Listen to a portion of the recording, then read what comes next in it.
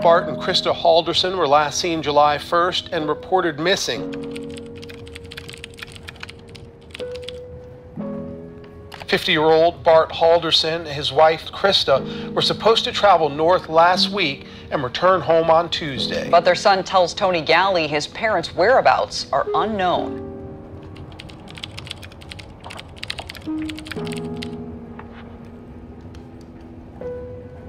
I was out here with Chandler Halderson and spoke to him about his parents' disappearance. The Halderson son has been arrested for providing false information about the disappearance. He has not been charged. Sheriff's deputies found what they called unidentifiable remains last week and arrested the couple's son. Today, deputies executed a search warrant on Bart and Krista Halderson's home.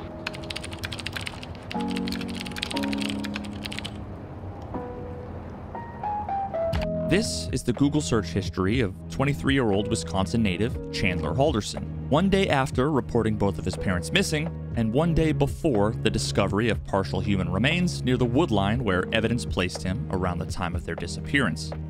A bizarre connection to the video game Escape from Tarkov is what initially piqued my interest in this story. Although it would be these searches that would be my introduction to the case, it wasn't what he searched for a few hours after those bone-chilling searches that convinced me to make this video. When I looked a little bit deeper into this case, I'd not only come to find out how a double murder was directly connected to the video game Escape from Tarkov in the most bizarre way, but I would also discover one more eerie connection to the game that, as far as I can tell, nobody has ever realized before. What video he was watching just moments before he made these searches. The video that I believe was the impetus for him making these searches in the first place. Now it's because of this that I feel as though Escape from Tarkov's unsettling connection to this sad and horrible story is one that needs to be told. I hope you enjoy. They're probably at a casino, their phone's off, no reception somewhere, or maybe they're on a boat having some fun with their friends. Chandler reported that they left to their cabin in White Lake, Wisconsin, with an unknown couple for the 4th of July weekend. When Bart and Krista did not return, he reported them as missing. I wasn't sure if that implied that he was really, like just terrible at the game, and he that's why he liked the starter gun or anything. I was just checking. I just wanted to get a general grasp of his skills. I mean, I know he's got a 2-to-1 KDR right now. You're a piece of shit. Sorry. But Dane County Sheriff Calvin Barrett says there's no indication the missing couple went north to their Langlade County lakeside cabin as Chandler Halderson claimed. As sheriff's personnel search near the Halderson home, the sheriff says they are also searching separately where the human remains were found in rural Dane County.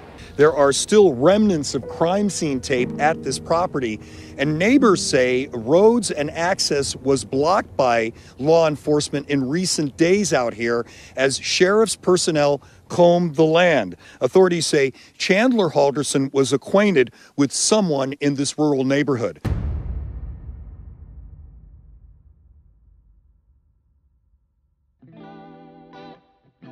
By all accounts, Chandler Halderson had it all. The 23-year-old Wisconsin native had just earned a solar technology certificate from Madison Area Technical College, a school that he was just about to graduate from. He volunteered as a scuba diver for the Wisconsin Department of Natural Resources rescue team, and was over a year into a successful internship at American Family Insurance. He was more than 2 years into his relationship with his girlfriend, Catherine Melander, aka Cat. And just when it was looking like things couldn't get any better, all of his hard work and dedication earned him a job offer most people could only ever dream of, working at SpaceX. He'd already lined up a new apartment and bought a car down in Florida where he and Kat were planning to move together for his new job. And of course, none of that would have been possible had it not been for the unconditional support from his two loving parents, Bart and Krista. In his free time, Chandler enjoyed the outdoors and loved to swim. This is him out by his favorite swimming spot near the Wisconsin River. He also loved to play video games, with his preferred genre being the more realistic mil-sim type first-person shooter games like Arma, with his personal favorite being the hardcore, punishing extraction FPS game Escape from Tarkov. His older brother Mitchell, who he enjoyed playing video games with, had a successful tech job and had moved out of the house and was living with his fiancée. Chandler also had a best friend, Smitty. Andrew Smith, a Kansas native, met Chandler online while playing FPS games together during his time in the Army while he was stationed in Germany, and they quickly became best friends, with Smith even making the long drive up to Wisconsin from Kansas to meet in person, and he stayed over at Chandler's house for a few days while they hung out. Everything seemed to be going so well for Chandler Halderson, but obviously we know this story doesn't have a happy ending. So what exactly happened? When, where, and how did it all go wrong? Well, as you'll come to find, the truth can be quite a lot different than outward appearances would have you believe. Earlier in their 2-year relationship, Cat had caught Chandler being unfaithful. Although she would ultimately forgive him and their relationship would remain intact, this was at least partially on the condition that he be willing to enable location tracking on Snapchat, the app they used to talk to each other much of the time. Anytime Chandler would open Snapchat to read or respond to Cat, it would update his location and show Cat where he was messaging from. A reasonable trade-off to earn back any loss of trust he'd earned due to his infidelity. As Chandler was getting close to graduating from Madison Area Technical College, MATC, troubles receiving his official transcript and a copy of that solar certificate he had earned were posing major problems not only for his insurance and financial aid, but also potentially jeopardizing his new job offer with SpaceX. And these issues actually began over a year earlier, in 2020. After multiple months without any progress receiving this important paperwork that Chandler needed, Bart decided he would get involved to help his son get these issues resolved, with both of them beginning to talk via email with one of Chandler's college advisors, Daniel Spieth. After multiple failed attempts to set up a meeting, they also began talking with another advisor, Alyssa Brandt, although unfortunately they ran into similar scheduling conflicts and other issues, partially due to a shortage in staffing at MATC and further exacerbated by the pandemic. September came, no progress. Then October, no progress. And meanwhile, Chandler was also having issues with his employer, American Family Insurance, more specifically their payroll department. While he was supposed to have been earning a salary of $61,000 from his job at American Family, due to a clerical error caused by HR, his wages were registered as hourly, with the human resources manager at American Family Insurance, Tom Selznick, reporting that he was actually earning $25 an hour rather than $61,000 salary. And not only had he been getting massively underpaid for all this time, in recent months he wasn't getting paid at all. Upon reconciling the clerical error, reconnecting his bank account, and properly setting up direct deposit, the amount of back pay they attempted to send him was apparently so much from this newly established account that the bank refused to accept the transfer, believing it to be fraudulent, delaying him getting paid even further. Now fast forward to mid-2021. These two issues still unresolved had gotten to the point where Bart was becoming particularly upset that his son was basically being given the runaround by both his employer and his alma mater, at which point he once again attempted to intervene. After talking with yet a third advisor at MATC, Aaron Hoover, and running into a number of familiar scheduling problems, enough was enough. Bart and Chandler weren't going to take no for an answer anymore. After Bart had a phone call with Daniel Spieth and a few strongly worded emails back and forth between a few different college advisors, finally, after over a year, they had an in-person appointment on the books, June 17th, the day they would finally get everything resolved once and for all, and this one they wouldn't miss.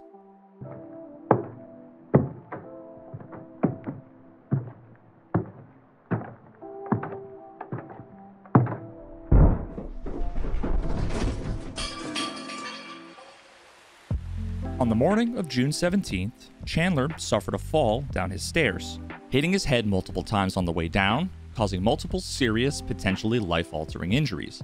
After suffering multiple blows to the head and a subsequent concussion, Chandler was experiencing a number of major neurological symptoms. His head felt foggy, he was experiencing memory problems and difficulty concentrating. He also injured his neck in the fall and began experiencing a painful numbness and tingling in his legs that was likely to get worse over time, potentially leading to partial or even total paralysis, and could very soon require him to use a colostomy bag. At this point, he was experiencing difficulty walking, especially up and down stairs, and was relegated to wearing a neck brace.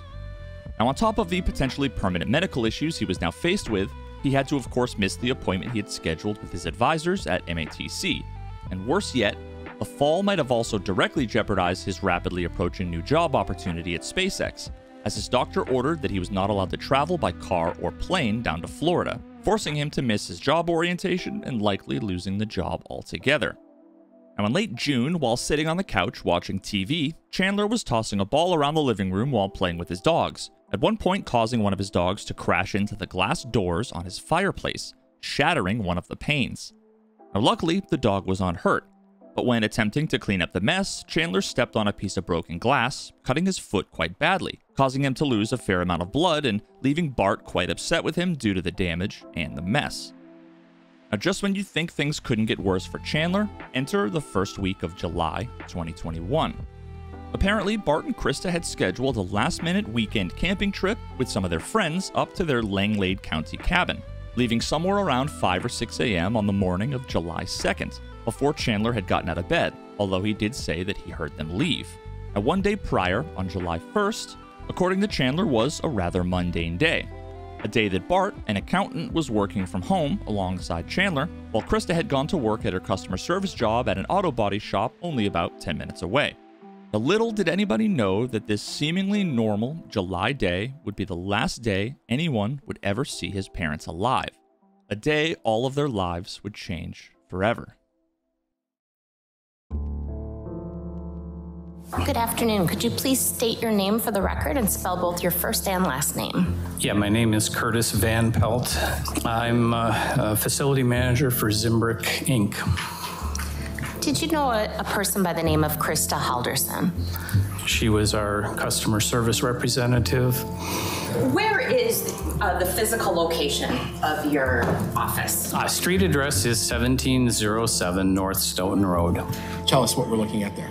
This one shows very clearly the movement of the phone down to the near east side of Madison. So you can see that she left around 7:29 a.m.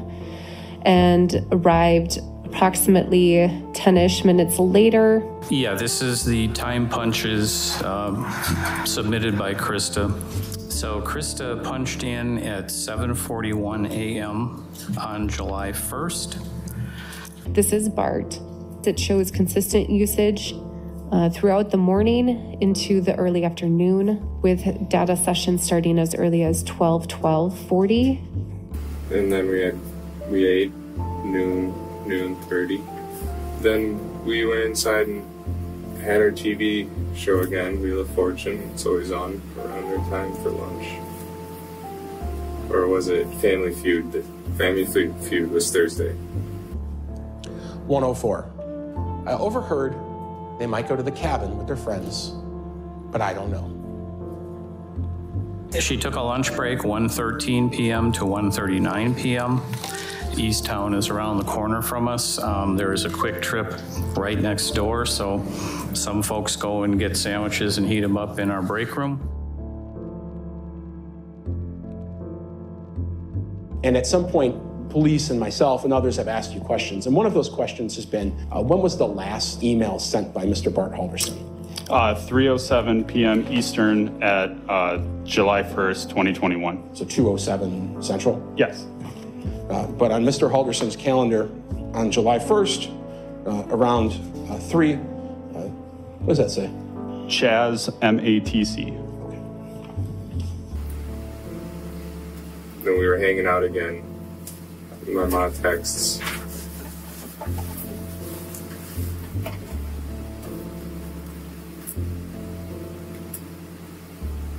I believe I texted her everything's going well. And then she did clock out at 4:58 p.m. And you can see that that tower was consistently utilized until 4:56 p.m. And then there's the travel back to the residence, with the data sessions picking back up at 5:33 p.m. 5:11 p.m. Chandler starts writing the following note. Weekend chores. H2O2 and lemon. Door handles. Move your shit upstairs. Get a job. And clean the floor. Then we just kind of hung out, and my mom gets home, and I start shrimp scampi for my dad, because that's what he wanted, but we didn't have shrimp, so I made shrimpless scampi. That's where they told me while we were eating it, they were going to go with their friends, and I was like, oh, cool. Well, we're going up north. That's how they referred to it. Who said that, Mom or Dad? Mom. My dad doesn't talk well, he eats. I grabbed the pipe repair stuff from his plumbing chest, their plumbing box. It's like a tote, and it's 2 whatever jerry cans. Got those squared away.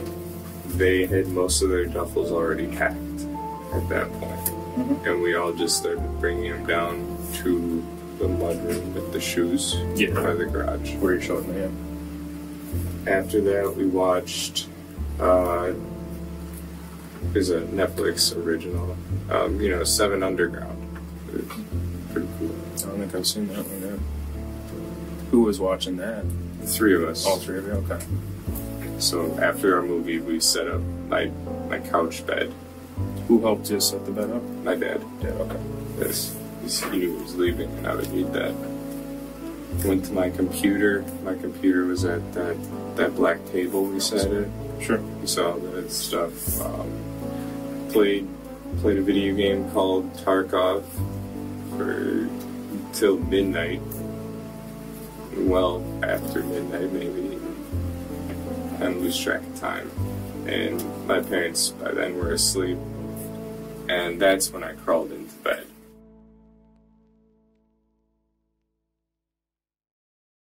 Now, after what was, by all accounts, a rather mundane July afternoon, in the early morning hours of July 2nd, before Chandler had gotten out of bed, Bart and Krista were picked up by some friends and made the trip up to their Langlade County cabin for an impromptu vacation.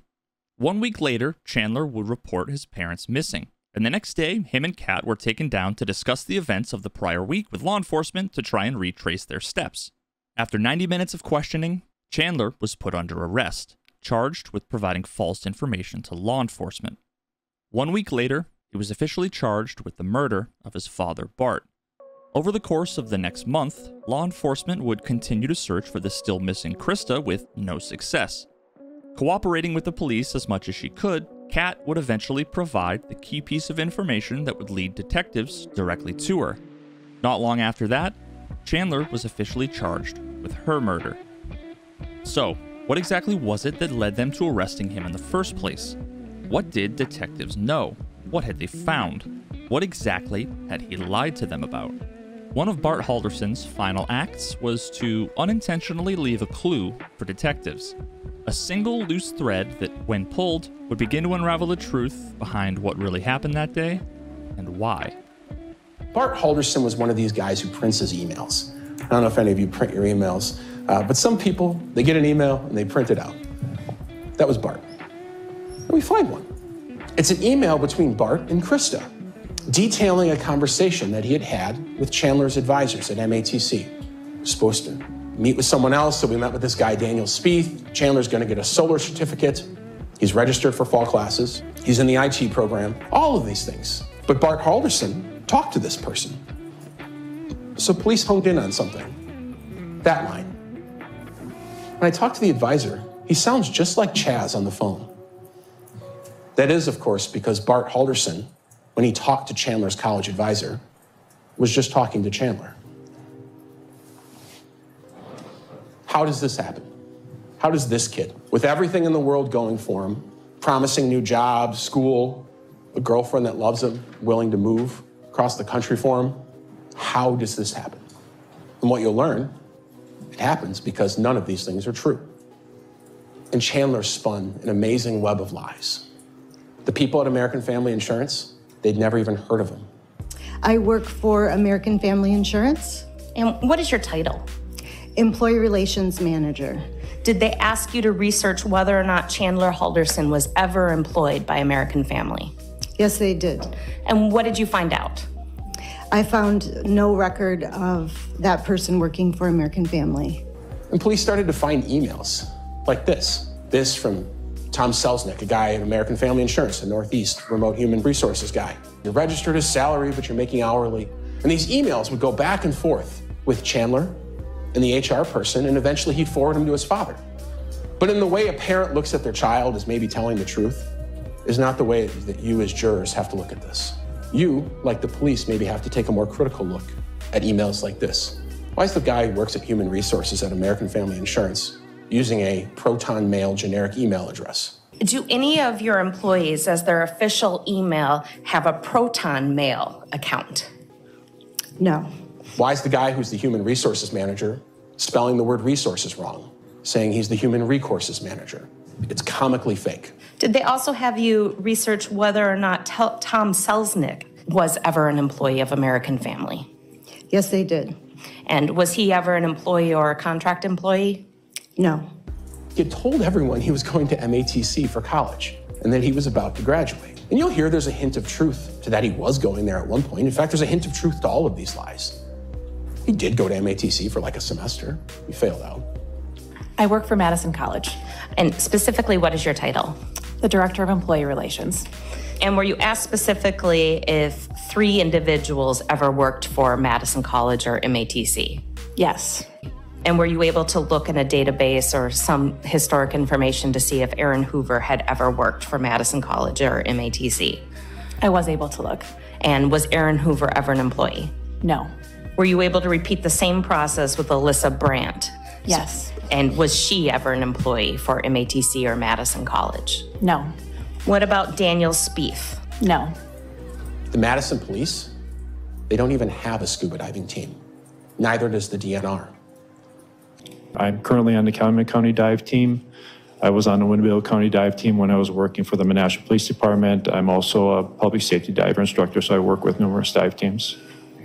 To your knowledge, was Chandler ever on a rescue dive team associated with any law enforcement? No, he was not. What about the DNR? Was he on anything to your knowledge concerning Not to my that? knowledge, no.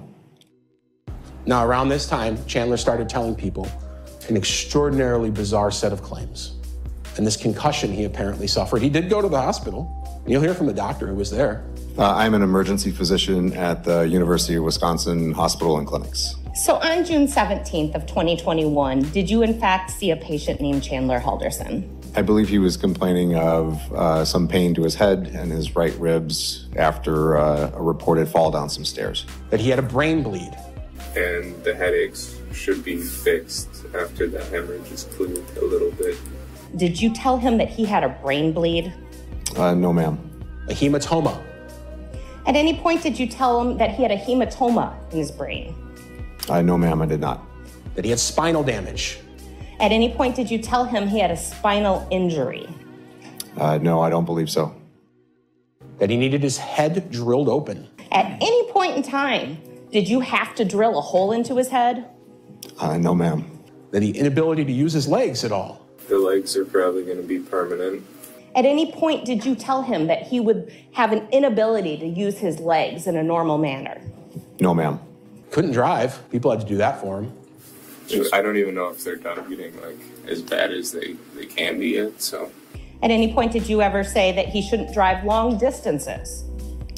No, ma'am. That he had nerve damage. Well, he told me that he had like damage, and I asked him where, and he said in this area of his head.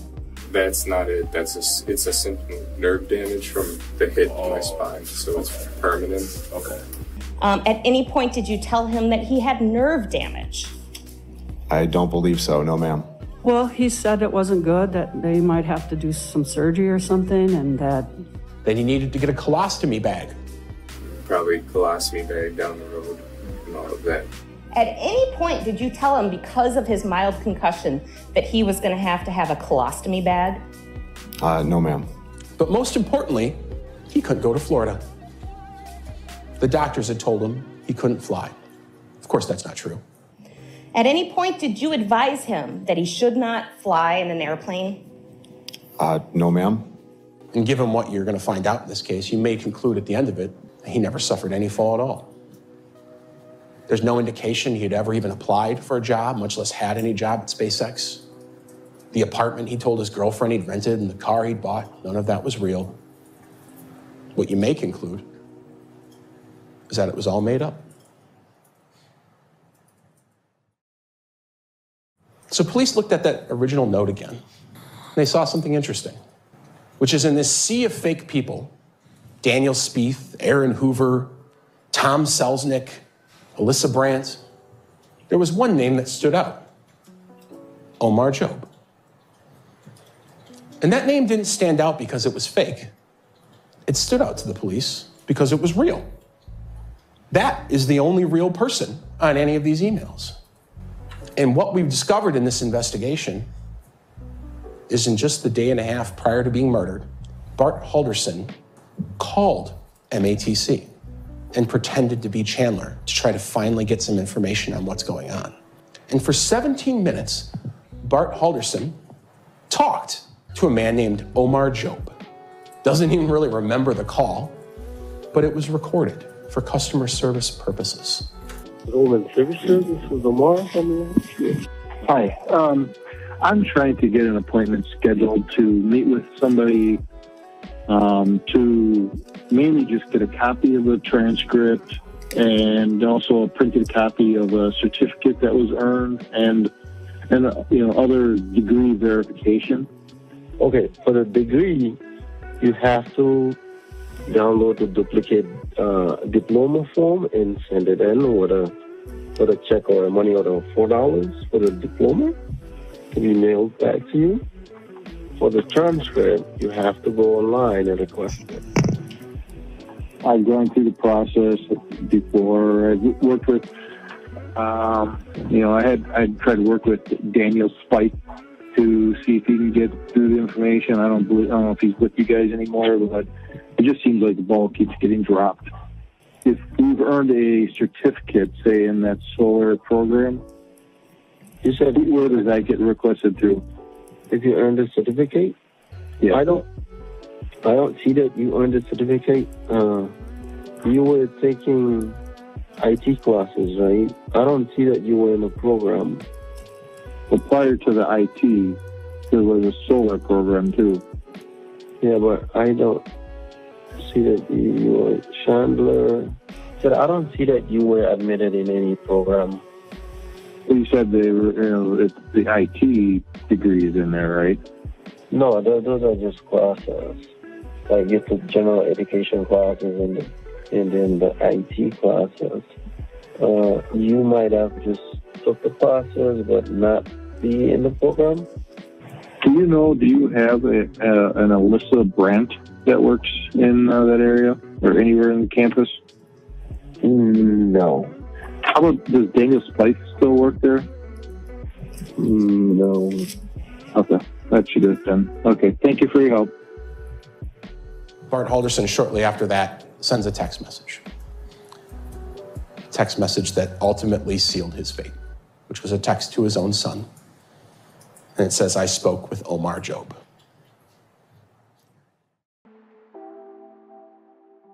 Bart had just discovered one small part of his son's deception, undoubtedly the beginning of what would eventually be a cascading collapse of all of the lies that Chandler had built for over a year.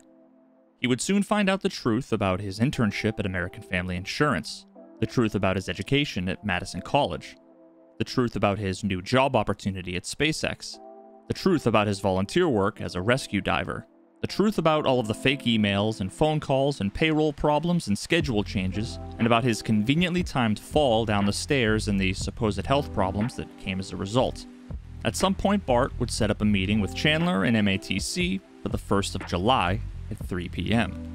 Now, we'll likely never know if this meeting was actually scheduled with anybody at the school, if Bart had held out some small semblance of a hope that this was just all some big misunderstanding, that his son hadn't been lying to him all this time, or if the meeting was just a way for Bart to confront Chandler about the lies. An opportunity for him to finally come clean and to tell the truth for the first time in a very long time. We know Chandler was willing to fabricate massive, elaborate lies to avoid any and all responsibility. To avoid going to school, avoid getting a job, avoid doing his chores. We know he was willing to write dozens of fake emails back and forth to and from himself over the course of months, to make fake phone calls from burner phones from fake people that never existed. We know he was willing to fake an accident with serious, permanent, debilitating injuries, just to avoid having to own up to his lies, to avoid taking responsibility and coming clean about more than a year's worth of deception to everybody he knew and loved. And we also know that by 1:04 p.m. that afternoon, Chandler had already made up his mind about how he was going to avoid being confronted with the truth one final time. So I was supposed to go to MATC and have this meeting at 3 o'clock on July 1st, 2021. Of course, that meeting couldn't happen because he wasn't going there and none of the people were real. But Bart Halderson knew that. Bart Halderson knew that.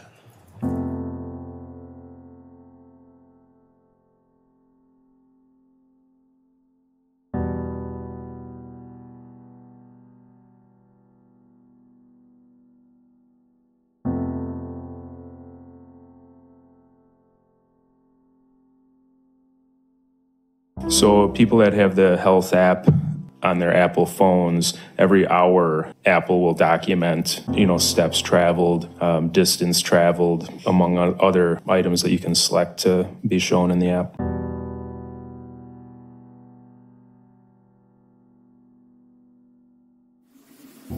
So was this a planned trip up to the cabin, or how did that work? News to us Thursday. Like, it sounded very last minute. Okay. Any reason? They just wanted to get away? July 1st, 2021 at 2:10 p.m., Bart wrote to Chandler, "I'm ready whenever you are." Please state your name for the record and spell both your first and last name. My name is Bart Halderson. Brett, your last name is Halderson. Were you related to Bart and Krista Halderson? Yes, Bart is my brother. So you knew Bart his entire life? Yes. Is there any reason you remember that date?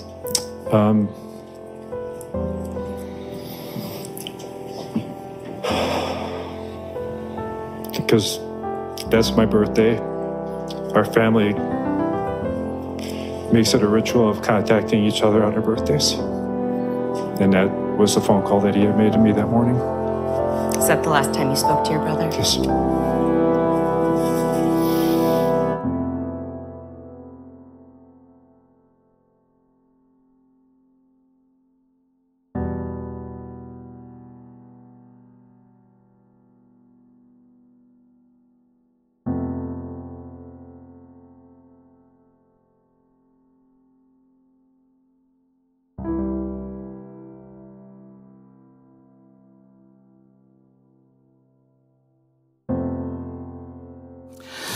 Krista was a very kind, warm customer service representative.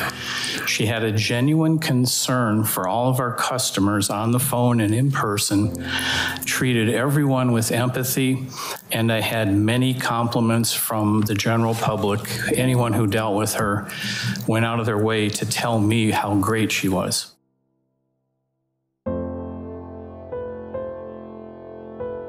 What are the names of your parents, Mitchell? Bart and Krista Halderson. And do you have any siblings? I do. And who's your sibling? Chandler. Did your parents tell you in the last week of June or the very beginning of July any idea that they may be going to the cabin? No. My mom would reach out any chance she could, so she would have told me. Tell me about how you knew Krista. Well, we met in middle school. She became my best friend our freshman year. We sat together every morning before my English class. Did you remain friends with Krista your whole life? Yep, 39 years. She's been my best friend. You were around these folks a lot with their kids. What kind of parents were Bart and Krista? Amazing. From 7:49 to 7:54, we see screenshots of him in the shower. And then at 8:16 p.m., a Volvo departs the driveway. Is that right? Yes. Where do you live, sir, in relation to Bart and Krista Halderson? I live directly across the street. All of a sudden I could detect a strong odor just of burning wood. And so I thought someone maybe had a fireplace or I should say a fire pit or something outside going. They're just burning some firewood. But about 5 minutes or so later, all of a sudden that odor of burning wood became a distinct, like a pungent smell, to the point that I actually walked down my driveway half the distance and kind of looked up and down the street to see if anybody was doing anything like grilling or something else was going on, and I didn't see anything at that point. And you have that observation that day. You're not here to say exactly what that smell was, right? other than it smelled to me like, yeah, something burning of a meat or fats or something. Thank you. No further questions. Cross-examination.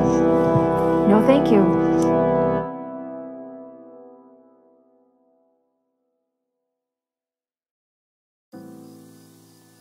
We'll never know exactly what occurred inside the Halderson home on the afternoon of July 1st, 2021. We'll never know if there was any kind of confrontation, any kind of struggle. We'll never know what, if anything, was said before the deed was done.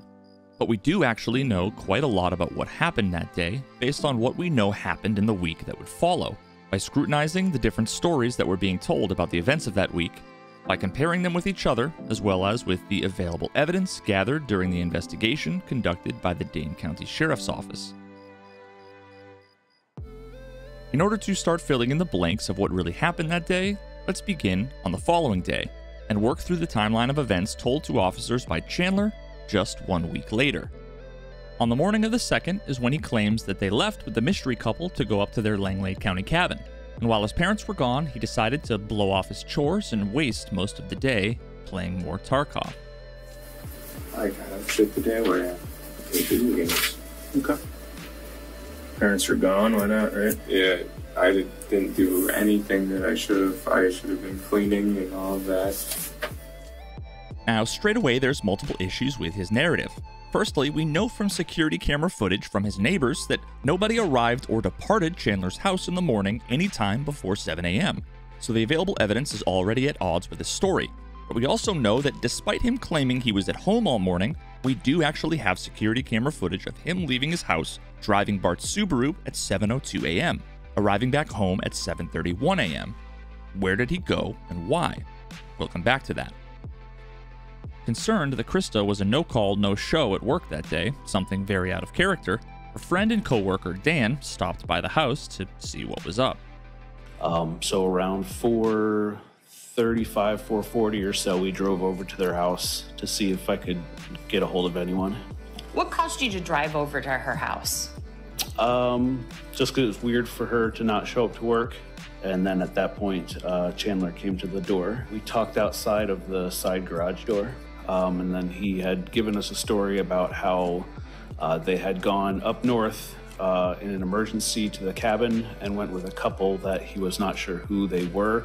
Now, while he was surprised that Krista had missed work without calling, he had no reason to doubt Chandler's explanation, so he ultimately left. Although he did notice one noteworthy thing before leaving. He had a bandage on his large toe. He said that he had broken the glass around the fireplace while playing with the dogs. Chandler's last comment about his foot injury likely didn't seem like much at the time, but in hindsight, it would prove to be quite ominous foreshadowing. He just said there was blood everywhere.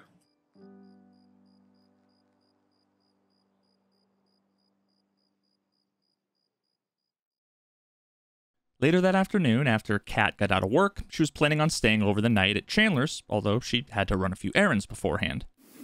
We planned that I was going to go over there and spend the night. Just hang out with him and the dogs. The cat came at 5, you said? I don't think she went straight here after. I Let's believe make sure she came over. It could have been later, like 6, maybe give her time for like getting clothes. But before that, I had to stop at 2 different Targets to do some grocery pickups. And this was Friday? Yeah.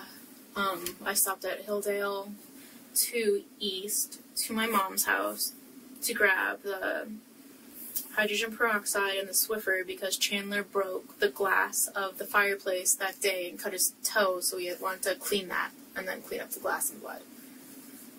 And then we had burgers for dinner because he made me burgers because he burned his hands on the grill.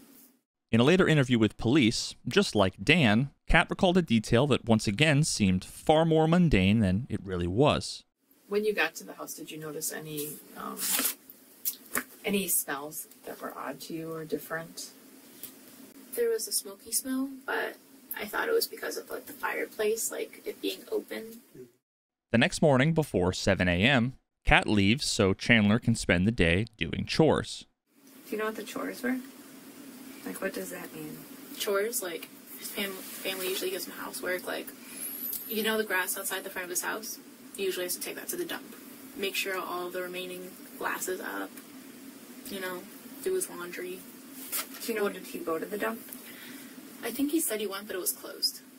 Or that they were just closed. I don't know if he drove all the way there. Now, according to cell tower data subpoenaed by detectives during their investigation, it looks like he perhaps did try to take a trip to the dump. Although he didn't go to what might have been the obvious option, the Madison Prairie landfill 15 minutes from his house, and instead it looks like he may have attempted to go to the Sauk City compost site more than a half an hour away.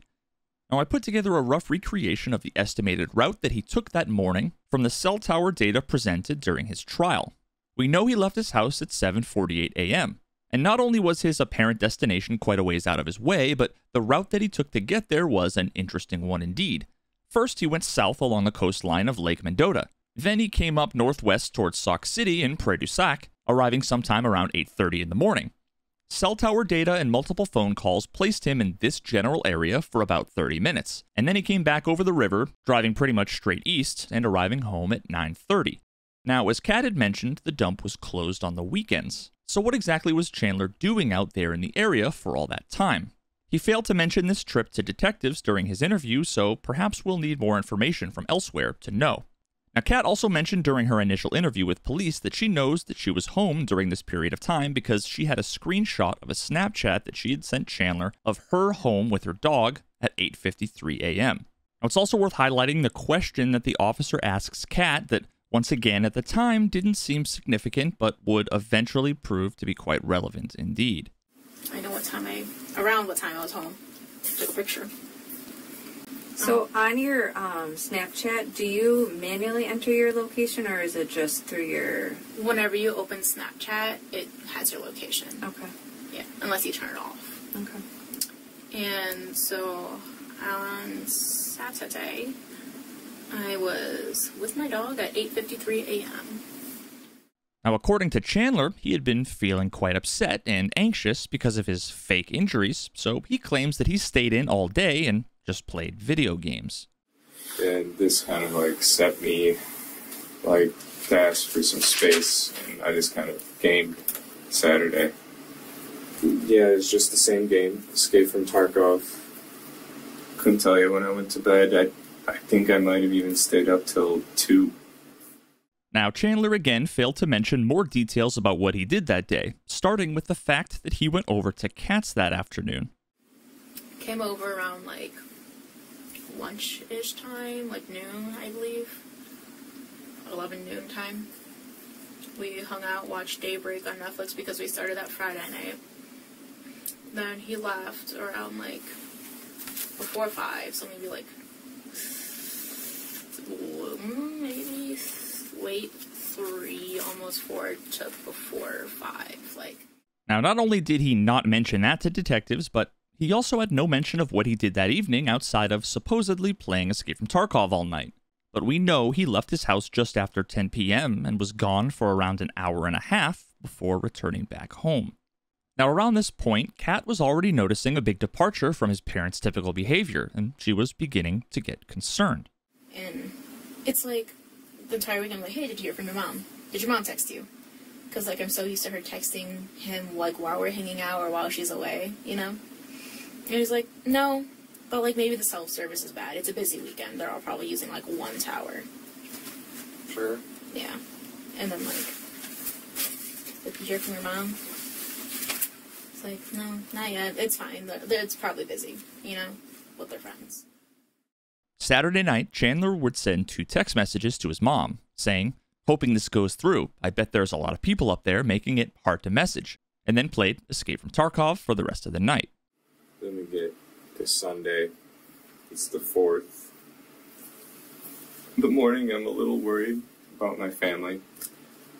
I think I called my mom in the morning or along those lines, and I get a text from her. I thought it was Saturday they sent a text, but he said it was Sunday that they got to the lake, is when they got the text.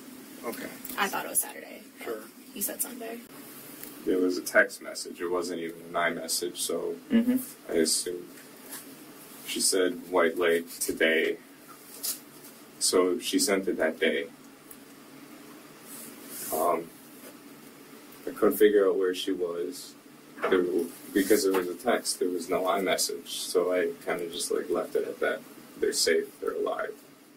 Now, just as Cat was getting concerned about the whereabouts of his parents at this point in the timeline, she was also getting concerned about the questions that she was being asked during her police interview. Now, it's really hard to remember what we know now versus what was known at the time. So keep that in mind. Don't forget that at this point, she had been hanging out with her boyfriend all during the last week. All she knew was that his parents went up to a cabin with some people that she didn't know and hadn't been in contact since, and the day before, Chandler had reported them missing. She really didn't have any reason to think otherwise. He's really worried. He's having a hard time eating. You don't think he had anything to do with his mom and dad being unheard from? No. No. No. All my friends I've talked to, they're like, no. Not Chandler, no. Like, that'd be crazy. Sorry, I sound very monotone right now, but like, just no. He had SpaceX. Like, why would he jeopardize something he, like, would dream of, you know? Okay. Like, they're his parents. He cooks dinner for them. They have root beer floats together. They play Mario Kart whenever his parents want to. Like, do you guys think it's Chandler or something? We're just making sure that we're... Okay, because you're asking a lot of questions about him. But that's what my friends and I were talking about. We're like, okay, he's, like, the only one who lives with them. So, and, like, he's the only one I have a relationship with. Like, I'm not, you know, Caitlin. I can't answer questions about Mitch. Right. But it's still, like... Because, like, the shock I will feel... And, like, I think I would just be so mentally fucked up if, like, I found out he did that. Like, it just seems not Chandler at all. Yeah. I'm not gonna cry again. After apparently getting a text from Krista confirming they had gotten to their cabin safely, 2 days after they were supposed to have arrived, Chandler leaves to go meet Cat at her mom's house down in Madison. They hang out there for a bit before coming back to Chandler's house to let his dogs out, and then they make their way over to a farm property on Earlwyn Road in Cottage Grove. On the 4th of July weekend, there were some plans to get together, right? With Catherine and Chandler and other people, right? Yes. Where were you going to have this get together? Oh, at the farm. Yeah. Can you tell the jury a little bit about what does it look like? It's like a paradise. It's peaceful. It's green. And it's flowers that you don't see.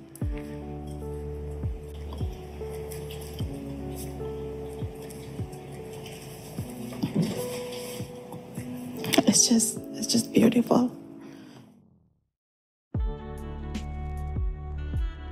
This is the farm on Earlwyn Road owned by Cres and Dulce, the fiancé of Dulce Melander, Cat's mom. Cat's mom lived there part-time, and Chandler and Cat would often go there to hang out, swim, eat, and go on walks. That afternoon, they all had dinner together, a bunch of them went for a swim, and afterwards, they went back to Chandler's house, visited Krista's co-worker Dan a few streets over to enjoy some fireworks, and then went back to Chandler's house to stay the night. Although, before leaving the farm, Chandler approached Cres for a conversation. Where'd you guys go for a swim? There's like a little pool up at the Cres's house. Oh, okay. She's been helping me with my walking and everything, and I get to there. Cat's mom's girlfriend. Mom's girlfriend. Okay. I try to talk to her as much because she's like, I don't know, wise, and she really helps me with what's going on with me. Because I've been in a slump, I'd say. Okay. But well, he kind of seemed a lot not like himself. Seemed kind of off, like kind of weird actually. They had gotten up and I was kind of walking towards the kitchen and he approached me and asked me if he could have my phone number, my personal phone number, because he wanted to know if he could come and use the pool. When did he start using the pool to work his legs out? Has it been going on for a while? No. Sunday. So it was Sunday? Yeah. Because he was in his brace until Thursday. then it's Monday morning. Cat goes to work 7:50-ish, maybe earlier. Then I'm left to myself, so I go back and forth through some video games, and then back from video games.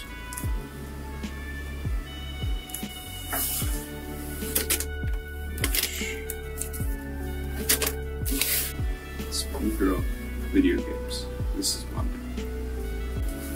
We're getting later. I have a little bit to eat for lunch. Now, after an awkwardly long period of Chandler attempting to recall what exactly he did that day, he finally remembered some noteworthy events, although here again is where the details of his story start to fall apart under scrutiny. Well, at the end of the day on Monday, I did go, for the afternoon, I did go to the farm to talk to Cres and Cat's mom. I told them what's happening with my health because I had the appointment at 2. According to Chandler, at 2 p.m. on the 5th of July, he had a follow-up doctor's appointment from his tumble down the stairs from a few weeks prior. He had a text conversation with Cat during this period of time that was later read out loud during his trial. At 1:31:46 p.m., text me when you get to your appointment. The message from Chandler says, yes, dear, at 2:01:53. Made it a bit ago and checked in. 2:19:18 from Catherine. Am I picking you up? I'm off at 5. Just need you to know because I have horrible reception. And that same message is resent at 2:22:10 p.m. We can snap if that's easier. No connection to even load Snapchat. And no Wi-Fi. But I can still get your iMessages. No connection to even load Snapchat. And no Wi-Fi. At 3:25:08 p.m. from Chandler. Hi, hun. Heading home. They took an X-ray and CT scan. Nothing bad on the X-ray. Now, of course, we know that appointment never happened because his injury was a giant lie. He never went to any appointment because, as the cell tower expert would testify, all of those messages were sent from his house. He never left to go anywhere. And the claims about bad reception, no Wi-Fi, and the obviously purposeful duplicate texts were only there for one reason, to legitimize the lie that he wasn't able to open up Snapchat. Because remember, if he did open up Snapchat, whenever you open Snapchat, it has your location. Okay. Yeah, unless you turn it off. Okay. Now, the second thing to note here is that he told Cat that he basically had good news from the appointment, nothing bad to report at that point. And that makes no sense if you then listen to the rest of his story about talking to Cres at her farm. And I told them the legs are probably going to be permanent and the headaches should be fixed after the hemorrhage is cleared a little bit. I saw a car in my driveway. I came in from outside to get a drink of water, and I saw a car, and I didn't recognize the car. And someone was standing in my driveway, and it was Chandler. Okay. So I opened the window because he was kind of standing holding his phone and looking around. And so I opened the window, and I asked him if he was okay.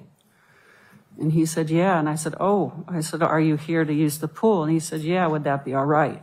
And I said, yeah, sure. So at that point, Chandler drove up the hill towards the pool, and Cres got back to doing her own thing. And then later on, Chandler had come back to the house to talk to Cres. He was telling me about his accident. He said he was at a doctor's appointment. And so he was talking to me about what the doctor had said and what was going on. Well, he said it wasn't good, that they might have to do some surgery or something, and that he said he was having trouble, like, with numbers, and he said he got lost. He had to use a GPS. He's just, said his mind was kind of messed up and wasn't thinking so well. Did you guys discuss anything besides just his physical health?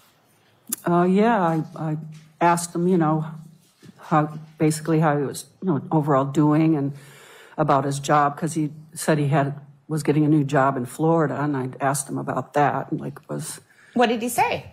Well, he said that he probably wasn't going to get the job, that some manager had told him that it wasn't going to work out because of his injury, that he wasn't able to work.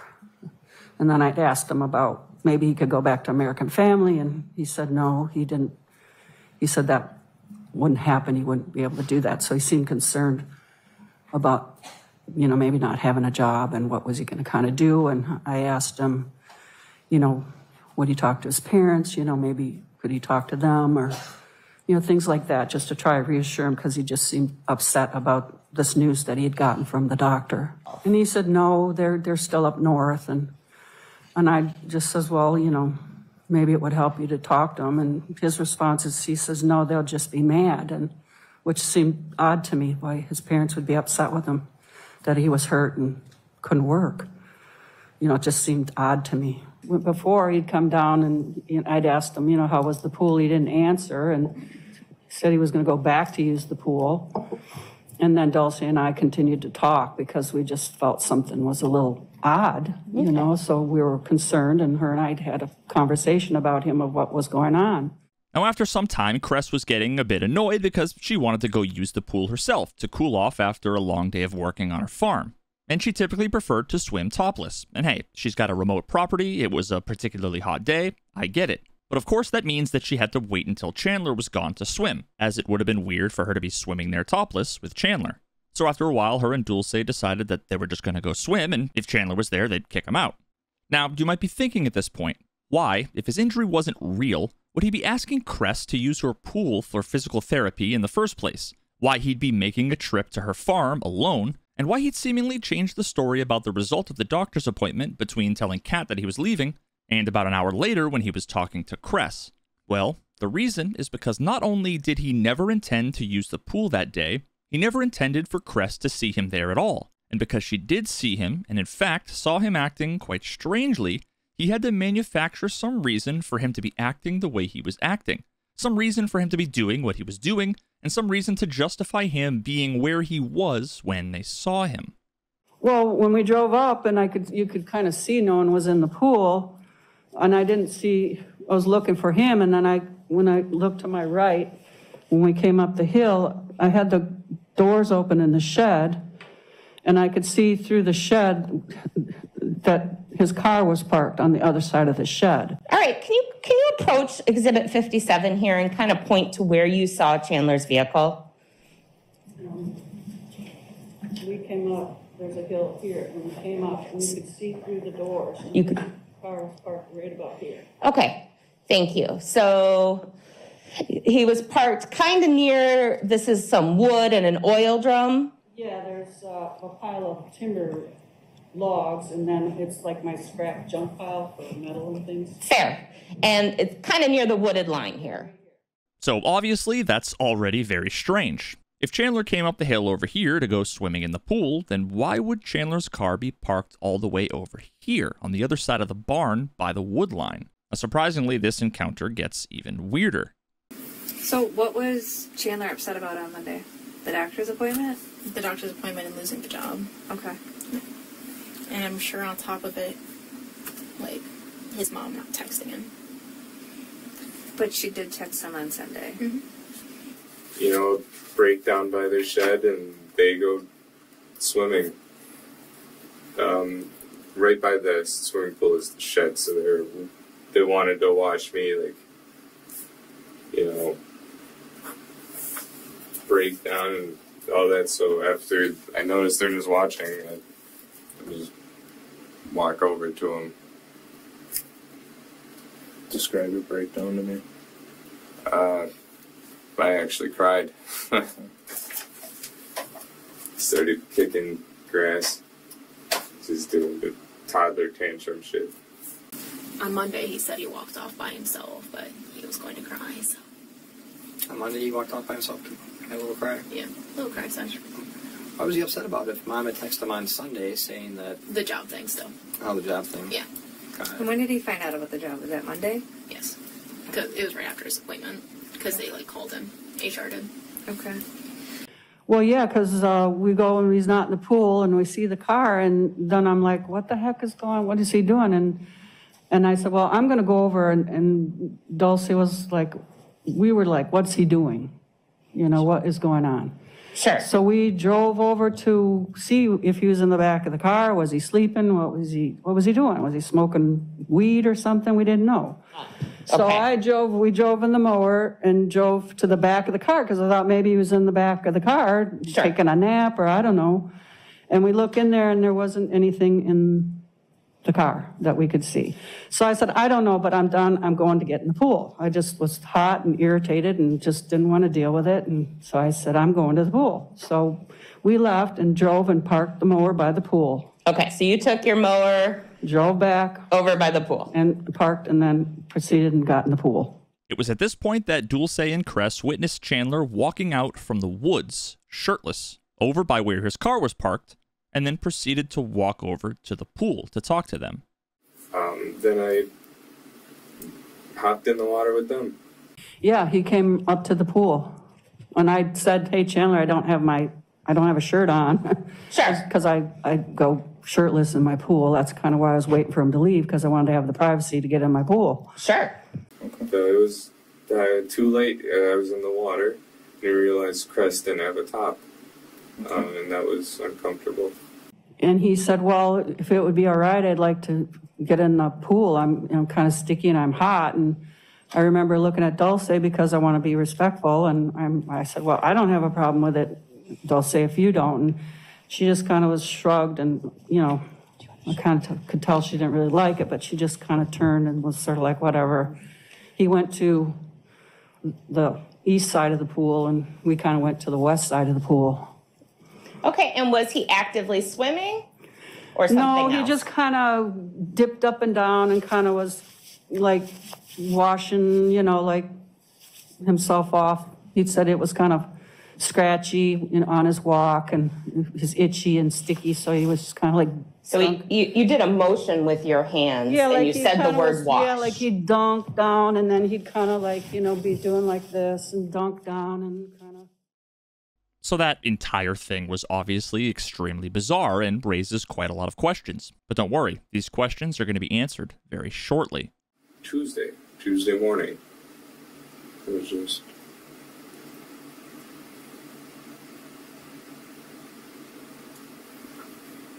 I can't remember Tuesday.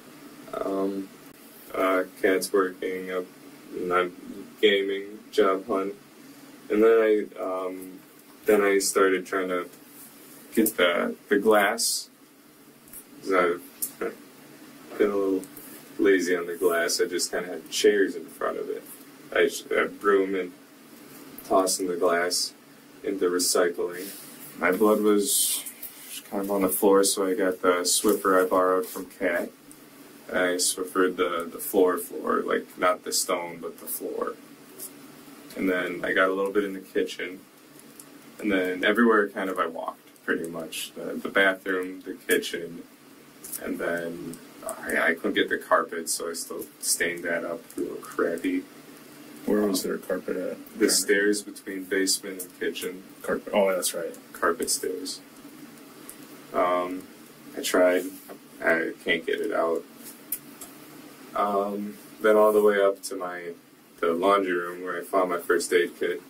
I just tried to stop all the bleeding, but it wouldn't stop. So. And that blood was all coming from your left foot. Yeah, left foot hole. Left foot hole. Chandler describes in painful detail all of the places that the blood from his toe had gotten in his house, describing what appears to be a tiny cut as a spurting arterial bleed that was gushing uncontrollably all over the tile and the stone in front of the fireplace, across various carpeted surfaces throughout the first and second floors and the upstairs bathroom, and even downstairs in the basement, where he claims to have needed to grab some tape from a box to wrap it up with. He really does go out of his way to justify why there just might be a ton of blood all over his house. I wonder why. He also, of course, has to try to make himself sound cool, using lingo that the officers would know as he references a medical item that he only knows about because of Escape from Tarkov. And then I waddle upstairs to the IFAC, the first aid kit. And once I got it kind of bundled up, it stopped for what I know. And then he goes on to explain how he cleaned it all up using the Swiffer and hydrogen peroxide that he borrowed from Cat. Now, if you'll recall, Cat and Dan had both told detectives that Chandler had reportedly cut his toe on the glass on July 2nd, after his parents had supposedly left for the cabin. And this was Friday? Yeah. I stopped at Hilldale to east to my mom's house to grab the hydrogen peroxide and the Swiffer because Chandler broke the glass of the fireplace that day and cut his toe, so he wanted to clean that and then clean up the glass and blood. Now, that version of the story wasn't as convenient for Chandler as the version he told police, the version where this all happened a couple days before they left on their trip. I was with my dad. What time Wednesday? I remember it. It was kind of a bad day. Okay. Why was it a bad day? I tossed the ball and I smashed the glass. Okay. With the dog. The dog's help. That set my dad off. And we tried to clean it up. Okay. I don't know about him, but I got injured. He was mad. He didn't really talk to me too much that day.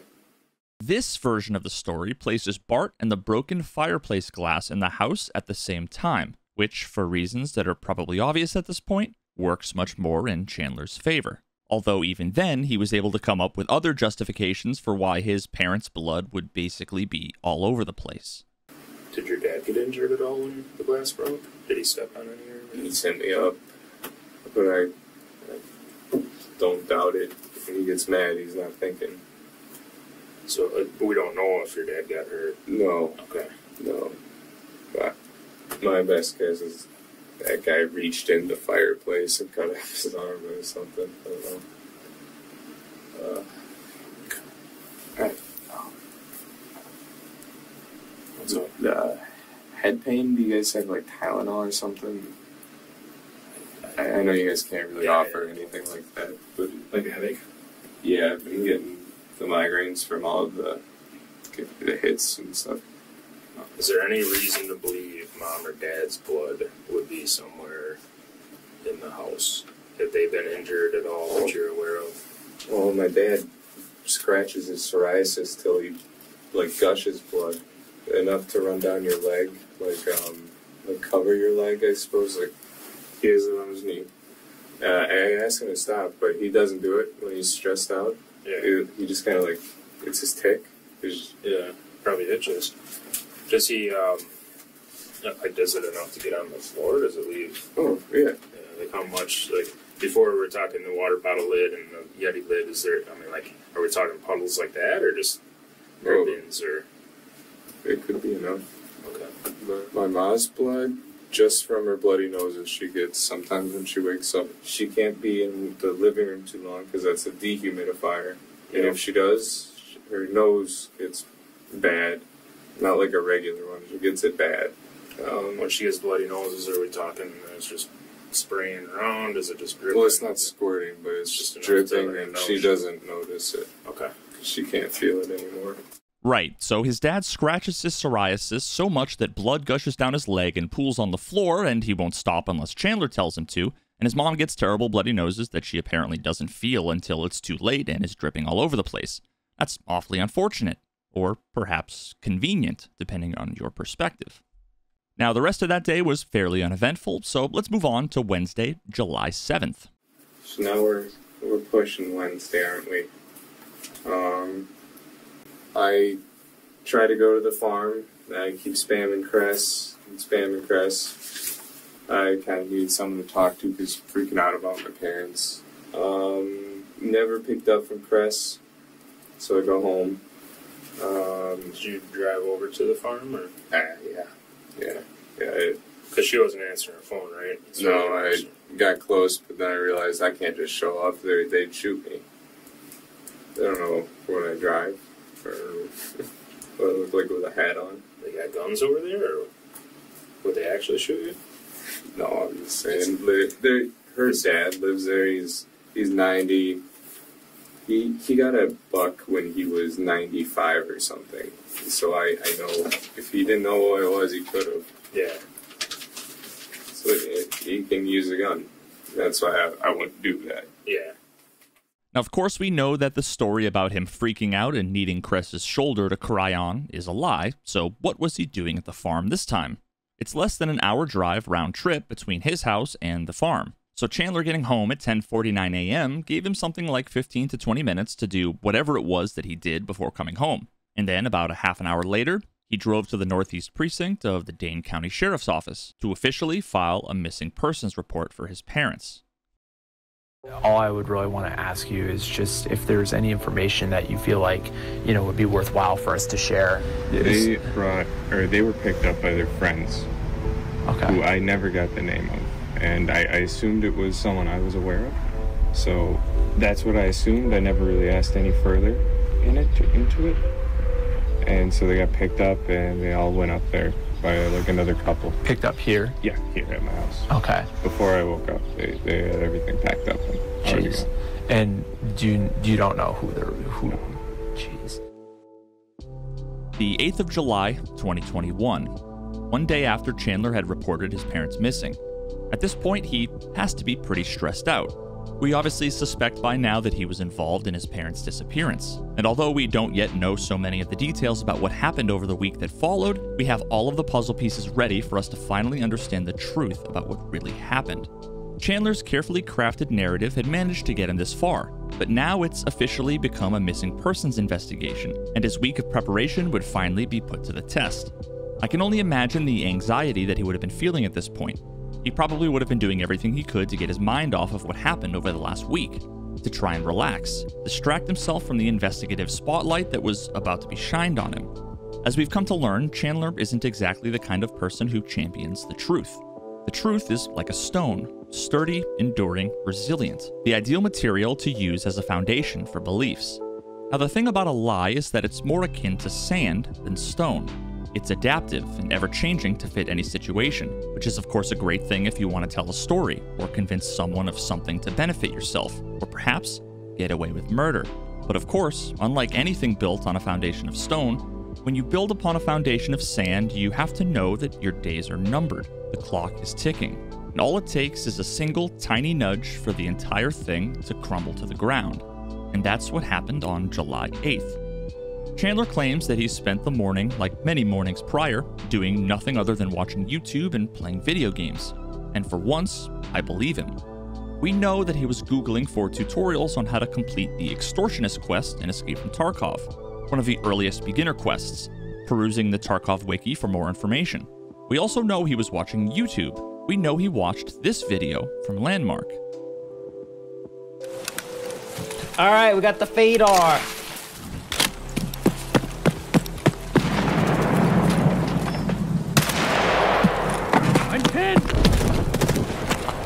Need help! Yeah, hold this. I got you, bro. Don't worry. Tinies and shits on their skillies when sun goes down. Comes around. Disgusting legs that look like hose.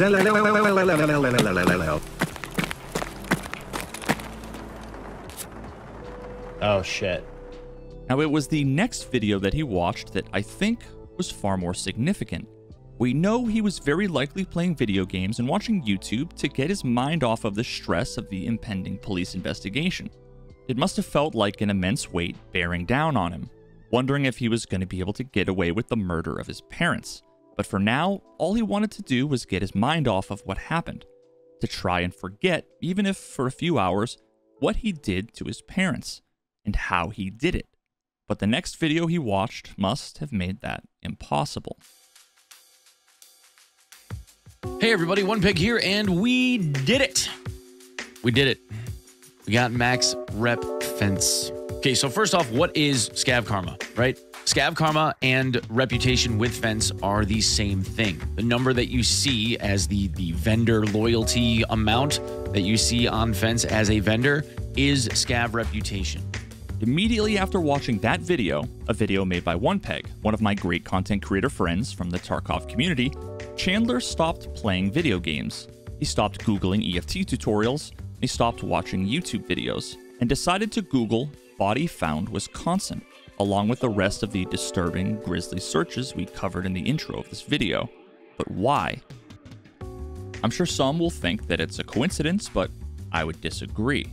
What was it about this video that changed Chandler's focus that morning and caused him to make those searches? To understand that, we need to go back once again to June, to the month prior to his parents' disappearance, to the weekend he got a visit from his best friend, the person he met playing FPS games and spent most of his time playing Escape from Tarkov with. Good afternoon, sir. Could you please state your name and then spell it out so everyone who's taking notes just knows how it's spelled? Andrew Smith. Sierra, Mike, India, Tango, Hotel. And how old are you, sir? 22, sir. And what area of the country do you live in? Kansas, sir. Do you know someone by the name of Chandler Halderson? Yes, sir. How did you meet Chandler Halderson? Playing video games while I was stationed in Germany, sir. How often would you play video games with Chandler online? Almost every day, sir. Okay. Is there any specific weapons that Mr. Halderson liked when he was playing these games? It really depended on what we were playing. On Tarkov, or Escape from Tarkov was what the game was called.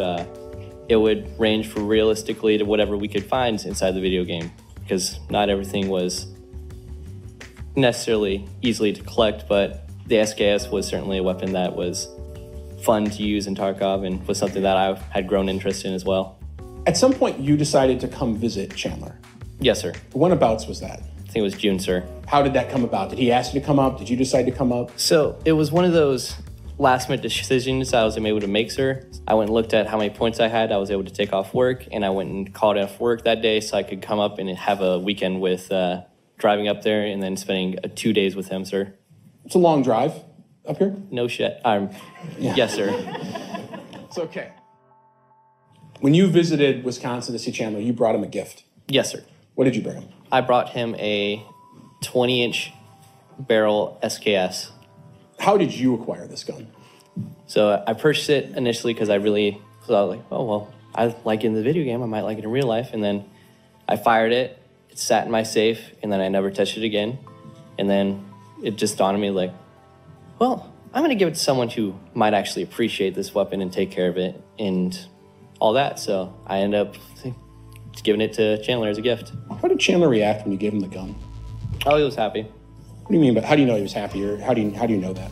Because he had a big smile on his face when I had given it to him as a gift.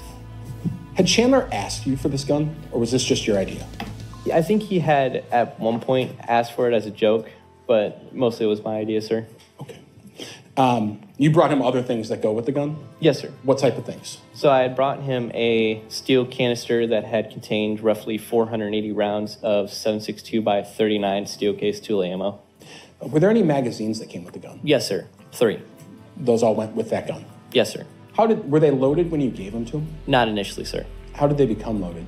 I think we were bullshitting with the magazine, sir, and both of us, and he was asking me how to load it, so I was like, oh, and I was showing him how to pack the magazine. Sure. Does that appear to be the weapon that you gave to Chandler? Can you flip it over? Yes. Did you document in any way transferring that gun to him? Yes, sir. How did you choose? Did you fill out paperwork like this? I took his photo ID that the state issued him, and I took it right next to the serial number, annotating that this was me giving this weapon to this individual, so that way, if anything like this would occur, that it wouldn't necessarily come back to me. Okay. It was important to you to document that?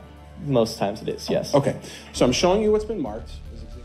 Now perhaps it's a coincidence that Chandler would be having a fairly normal morning, trying to keep busy, play video games, and watch YouTube, trying to keep a low profile while detectives canvass the neighborhood, asking neighbors for any security camera footage, and then all of a sudden, minutes after watching that particular YouTube video, his entire plan seemed to change.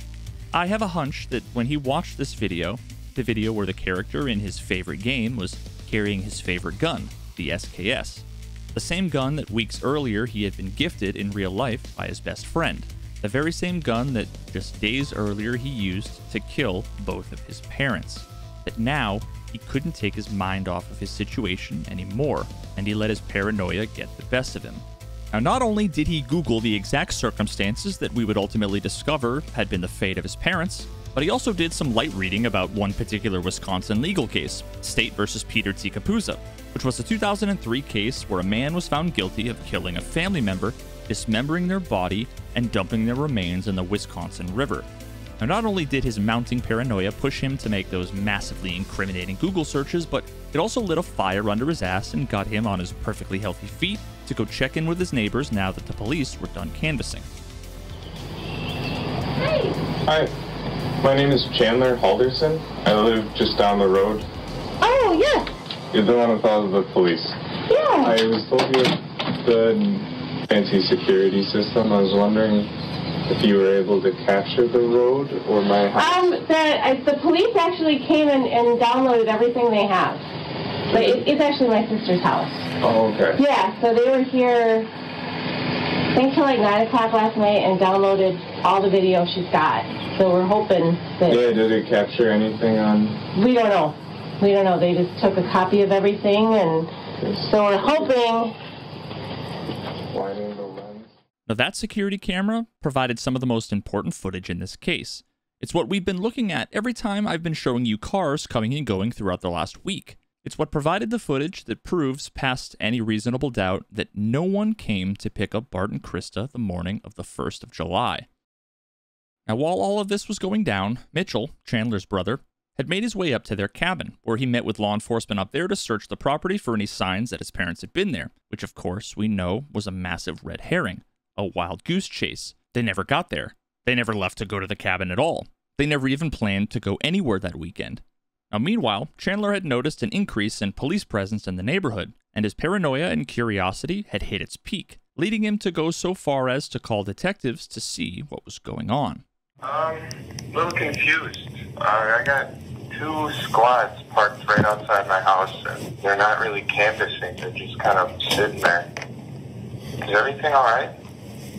Yeah, I mean, they're in the area doing canvassing, and they're also probably doing a shift change right now, getting our second shift crew on around 3:30.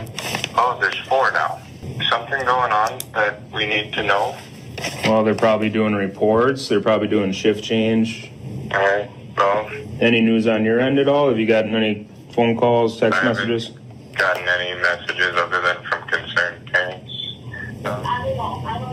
So, I don't know. It's kind of stressful. So there's nothing new going on? Not that I'm aware of. All right. Yeah. Who's there? Are you at home still right now, obviously? Because you're saying they're outside. Who's there with you?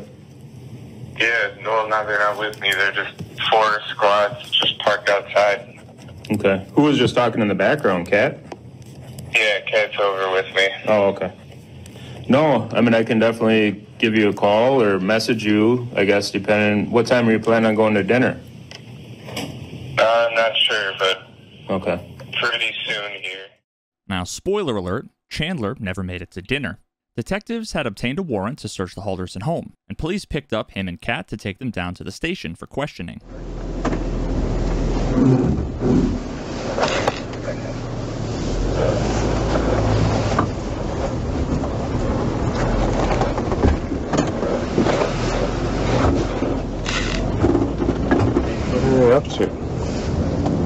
What are they up to?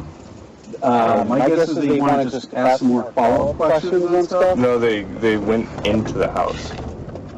Based on everything they knew at this point, all of the evidence they had gathered in just the last 24 hours since the missing persons report was filed, and by cross-referencing everything Chandler and Cat said with that evidence and with each other, detectives had enough to put Chandler under arrest for providing false information to police.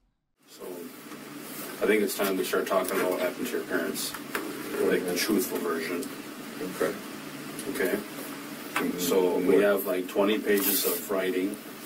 We're going to start with a clean, white piece of paper for you to start telling the truth. Okay. What? Because listen to me. This is the only chance you're going to have to tell us the truth. Okay. Okay? What we, listen. I can't tell you what we know, but we know you're not telling us the truth. We know your parents are no longer with us. Okay? And we know the reason why. Okay? You need to tell the truth. Listen. You need to tell the truth about what happened and just tell us why it happened. Okay? If something happened, if you were defending yourself, or if you just got fed up with stuff, you need to tell us the truth. Okay? This is your chance to tell us why. Okay? I'm not BSing you. Okay? So can we do that? Okay, they're okay. Lawyer. I'm sorry. Shaving and training. Lawyer. Okay. Because they're... Okay.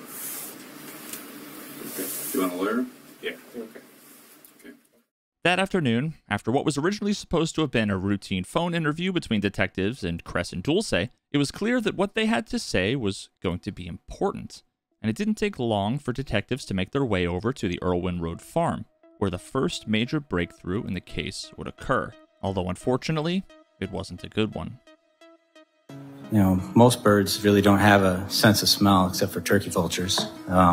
Turkey vultures actually when a body or an animal or creature dies, it starts going through some changes. The microorganisms on there start producing different gases, and it emanates an odor. Turkey vultures can smell that. And when they do, they'll start circling the area to locate where it's coming from. And were those turkey vultures over the wooded area at the farm? When I got there, yeah. Okay. He pointed over and he said, well, looks like cars driven through the tall grass over here. I'm like, yeah, it does. So we went over there and we saw there were 2 tracks of the taller grass. The grass is probably about, waist high. You can see the 2 track marks that go back along the parallel with the wood line there. But the police walked about 20 yards into the woods, and in that pile of debris, under dozens of sticks, bushes, and dirt, they found Bart Halderson. Now, when I say they found Bart Halderson, I need to explain that. They found a human torso. Someone had crudely chopped off the head, the arms, and sawed off the legs in the middle of the thigh, leaving the underwear on and the beginnings of the pants. They rolled the torso over. There were gunshots in the back. This man had been shot in the back and chopped up. At this point, the farm was turned into a crime scene. Police swarmed the place. But one detective said, look at that in the woods. Is that a garbage can full of a tarp? It was. And I'll tell you that tarp was taken to the Wisconsin State Crime Lab eventually. Bart Halderson, Krista Halderson, their blood is all over it.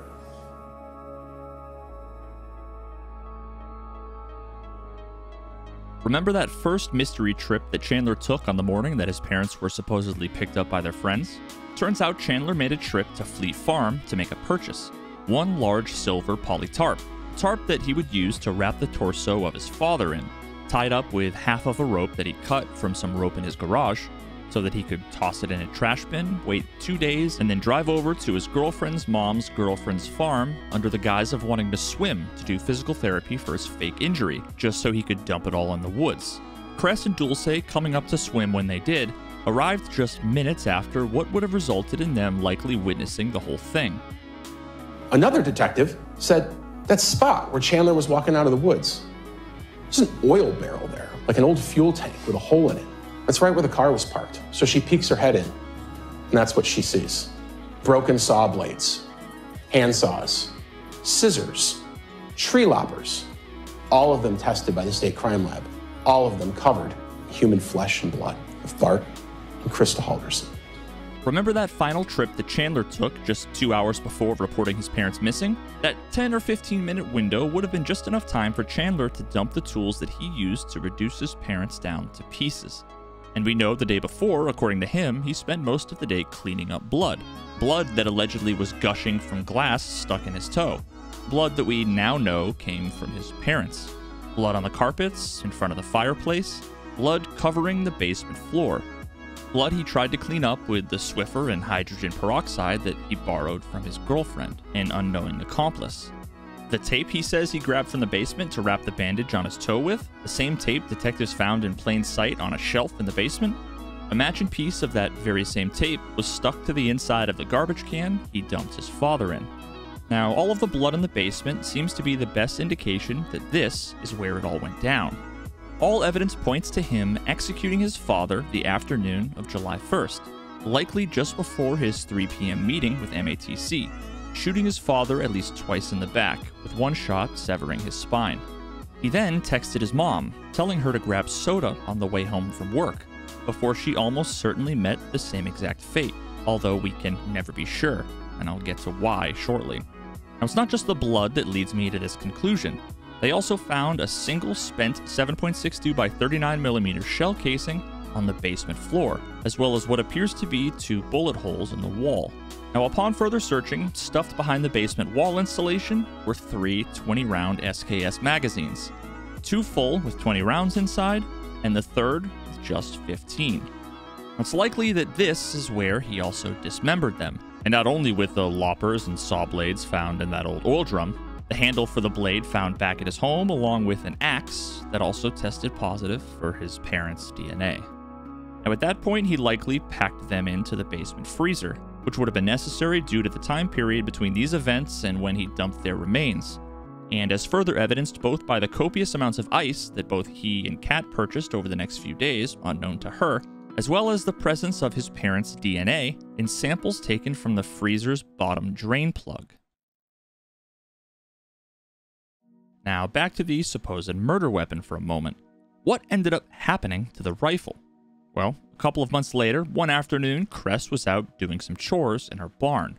Well, I was organizing along the wall, you know, like I say, I was cleaning out my shed, and I wanted to go through these like garden tools because making sure I still use them. Were they broken? I was going to throw them away. So and then I was organizing, putting lumber where the lumber goes, the recycling where the recycling goes. And so I lifted up a board, and I saw a barrel of a gun, and I thought, right away I thought, what's my dad, what the heck has he got his pellet gun over here? So I picked it up by the barrel and looked at it, and I right away recognized it wasn't a gun that I'd ever saw or seen ever before. It was behind us, there was like maybe 4 or 5 different boards there. Well, the first thing is I just felt sort of this sick feeling, and I set it back down, and then I went to ask my father just to make sure. We, of course, already know how this story ends. At some point during one of his trips to the farm, Chandler must have taken his rifle and stashed it behind some boards in the barn.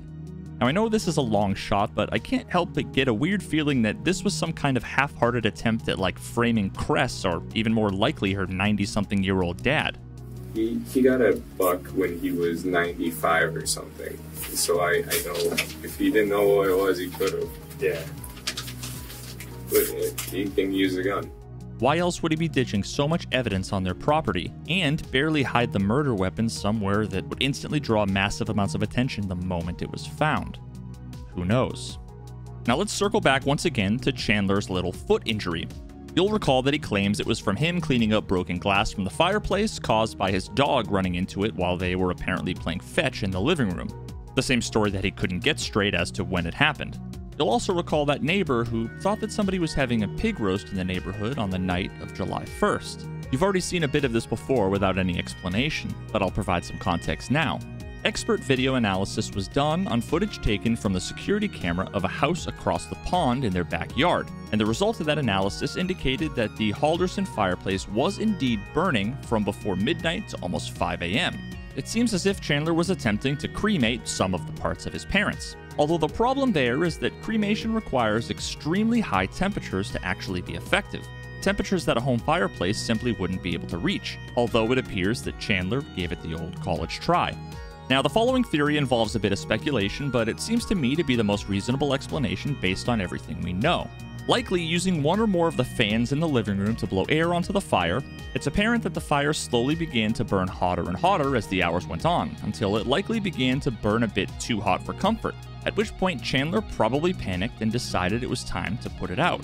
Perhaps he grabbed a bucket or something similar, and then went into the kitchen, maybe filling the bucket up with water, returning back to the living room, at which point he attempted to toss it onto the fire.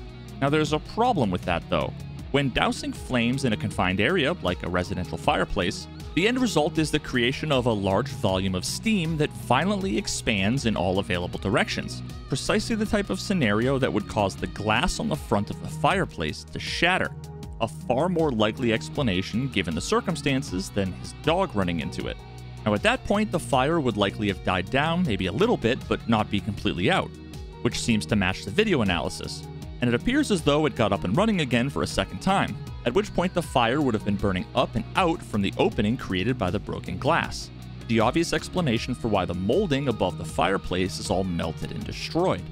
My guess is that it was this evening that Chandler put together the so-called couch bed, so that he could rest or nap through the late hours of the night while being right there next to the fireplace.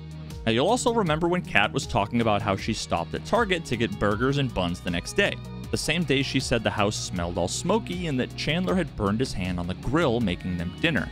I'd be willing to bet that the burn was actually from him trying to control the fire in the fireplace that night, and the whole grill burn thing was just one of Chandler's patented fabrications. And there was, of course, more evidence yet to be discovered in the Halderson fireplace. Police noticed something interesting about this photograph, which is, despite being clearly used, the logs are rebuilt. Someone had cleaned out all the ashes. Newspaper, one burnt piece in the middle. But what stuck out to police right away was that little rock right there. They thought, what is that? We were all interested in what that was because it was out of place. So they pulled it off and they put it on one of these fancy police deals. And the forensic anthropologist took one look at it. And she said, oh, this is a human skull. He had burned his parents' heads in that fireplace. Later, the police would go through the ash trap of that fireplace, and they would find human remains. Facial bones, the knee bones, which, because we found Krista's legs, by deduction, had to be Bart. Now, burnt remains can't be tested for DNA. There's no biological material left, but they're able to tell it's human. Now, speaking of Cat stopping at Target, recall that she commonly made online orders from Target that she'd pick up, often bringing them to Chandler's house. Detectives searched the trash cans at the end of Cres's driveway and found a Target bag. A Target bag that just so happened to have Cat's name on it.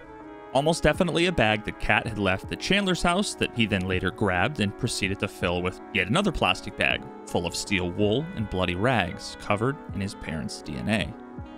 So then, what about the text message sent on the 4th of July from Krista to Chandler, saying that they got to the cabin safe, that it was busy there, and that they were going to the parade that day? Well, at this point, Chandler had lawyered up and wasn't talking, and the detectives had yet to explain this fact. Although very quickly they determined one thing that didn't quite add up. That parade was on July 3rd, not the 4th. Something you would know if you'd been there. It didn't take long for detectives to do a much deeper search of everything inside and outside of the house, including the garage. And inside the garage, they found a shoe. And inside that shoe, they found a bundle of tinfoil. And wrapped up inside the tinfoil were 2 cell phones and 2 Wisconsin driver's licenses. One for Bart Halderson and the other for Krista. Just like all of those emails from the months leading up to the incident, Chandler had sent the message to himself from himself, pretending to be somebody else. All of the cell tower data analyzed indicates that neither cell phone left the Halderson home after the afternoon of July 1st. Now, speaking of shoes, Chandler liked to wear one particular set, the Brooks Launch 5, shoes that you can see him wearing in the various security camera footage gathered during the investigation. Detectives were able to collect distinct shoe imprints from the tarp found in the garbage can that Bart was dumped in, and were able to compare those imprints to Chandler's shoes collected from the home. And of course, they were a perfect match. Now, at this point, there shouldn't be, but just in case there was any doubt, they were also able to isolate fingerprints from multiple sources, most notably other pieces of that yellow tape found stuck to the tarp that also matched the tape found in the Halderson's basement. And of course, those fingerprints were a clear match to Chandler's. Now, at this point, you might be thinking, but where the hell is Krista? We still haven't determined what quite happened to her. Now, as it turns out, a tip from a community member in combination with a key piece of evidence provided by Cat would provide the missing piece of the puzzle that would tie everything together once and for all. Authorities are trying to determine whether newly found remains are Bart Halderson's or whether they're from Chandler's mother, Krista, who is still missing. Investigators have been all over the Madison area looking for evidence, starting at the family home in Windsor. Bart Halderson's remains were found at a rural property in Cottage Grove, and the new remains were found just yesterday on DNR land near Sauk City. New at 10, Caroline Dade has you covered on the tip that led investigators to that new evidence. The Dane County Sheriff's Office detectives and investigators will follow every lead provided. One of those tips came last Saturday. A woman told the sheriff's office she saw a young man walking on Old Highway 60 toward Highway 188 near the Wisconsin River on July 3rd. And did you see anything that day that ultimately maybe you were asked about from the police in this investigation? Yes. What did you see? I saw a man who was walking away from some cars parked at the end of the street. So he was parked facing the river and the woods, and he walked away from it, and then he walked back to his car. And mind you, I was watching my granddaughter. I noticed him, but I was watching her. And then I thought he was walking back to meet someone, and then he didn't. And at the time, I thought maybe he was looking for a hiking trail. I didn't see where he went after he went back to his car. I assume now the only place he could have gone would have been into the woods. Somewhere along the way, we got information that Smith and Chandler went for a swim on the Wisconsin River. Does that sound familiar to you at all? Yeah, I was there for that. Oh, you were? Okay. Do you know where they were geographically? When you were up here, what kind of things did you do for fun? Where'd you go? So we went swimming. Did you take that picture? Yes, sir. And what is that? The river, sir. That you went swimming? Yes, sir. And who took you there? Chandler and his girlfriend at the time. All right. Was that a river or a lake you were swimming at? River, sir. So there's this like little off-road. It's like a dead end. Okay. And then there's like this little like rail thing. Okay. And then you like walk past it. It's like a little. Do you know what the chores were? Like, what does that mean? Chores, like his family usually gives him housework. Like, you know, the grass outside the front of his house. He usually has to take that to the dump. Do you know, did he go to the dump? I think he said he went, but it was closed. Or that they were just closed. I don't know if he drove all the way there. And Barrett says there's another piece of evidence that puts Halderson near the same place. We actually obtained a photo of Chandler being in that general area, which has led to us being in that area. See, I was asking about that. I'm like, did you go to the spot? And he said no. He was like driving to get CBD. But like, when I was looking at it, it looked like this, like where the dead end is. I just don't know road names. Sure. He usually just directs me to get there. I know around what time I was home. Took a picture. So on your Snapchat, do you manually enter your location, or is it just through your... Whenever you open Snapchat, it has your location. Okay. Yeah, unless you turn it off. Okay. And so on Saturday, I was with my dog at 8:53 a.m. When the Wisconsin River was mentioned, we were mulling over it. And I recalled like taking a screenshot of him near the Wisconsin River because we share Snapchat locations with each other. And he like wasn't responding to me. He always snaps me. And so I just have it putting him there at July 3rd at like in the morning. Okay. Because I was at home. It's from Snapchat. I don't know if you use that, but that's him by the Wisconsin River off of Gulf Road. Okay. And that's 8:58 Okay. in the morning. Sure. And then my phone always tells me what day it is. So it's July 3rd, 8:58 a.m. And was there a city across the street or across the river from there? Yes, sir, and there was a bridge on the right. Where we were, there's like 2 island type thingies. Okay. Neighbors tell 27 News this is the property where the sheriff's office was searching yesterday. They say more than 20 law enforcement vehicles were in this area, and deputies walked back on this trail to search the property. The police took that. They identified immediately where that location was, just based on looking at it. That's a bridge. Couldn't be hard. At this point, the police thought, this is just a strange location. Why would Chandler be out there? He'd been out there before. And they started talking to people, including girlfriends of his in the past, friends of his. And they say, yeah, Chandler really liked this location out on the Wisconsin River. He'd go there all the time. It's where he'd go swimming. When his friends came into town, that was the secret swimming spot. And one friend even said, you know what? Last year he sent me a picture while he was out there. Kind of shirtless, hanging from a tree with a machete. I don't know. Didn't have a lot of significance at the time when the police saw it, but eventually someone realized the tree looks unique. Interesting V pattern right there. The hollowness of the tree as it goes down. The way in which 5 of those branches branch off. Out they go. The drones go up, the dogs go out. The search team starts searching. Very quickly, they find the remains of Krista Halderson. The tree looks unique. And eventually one of the detectives realizes why. Something clicked. It was the exact location he ditched his mother's remains. Now, when I say Krista Halderson, I have to qualify that as well. We found her legs. One complete leg, then somewhat farther away in another bush, a foot, a thigh, but the same pattern. Crudely cut apart with appears to be handsaws, axes, things of that sort. No more of Krista Halderson that's identifiable to her will ever be found. She's just those 2 legs.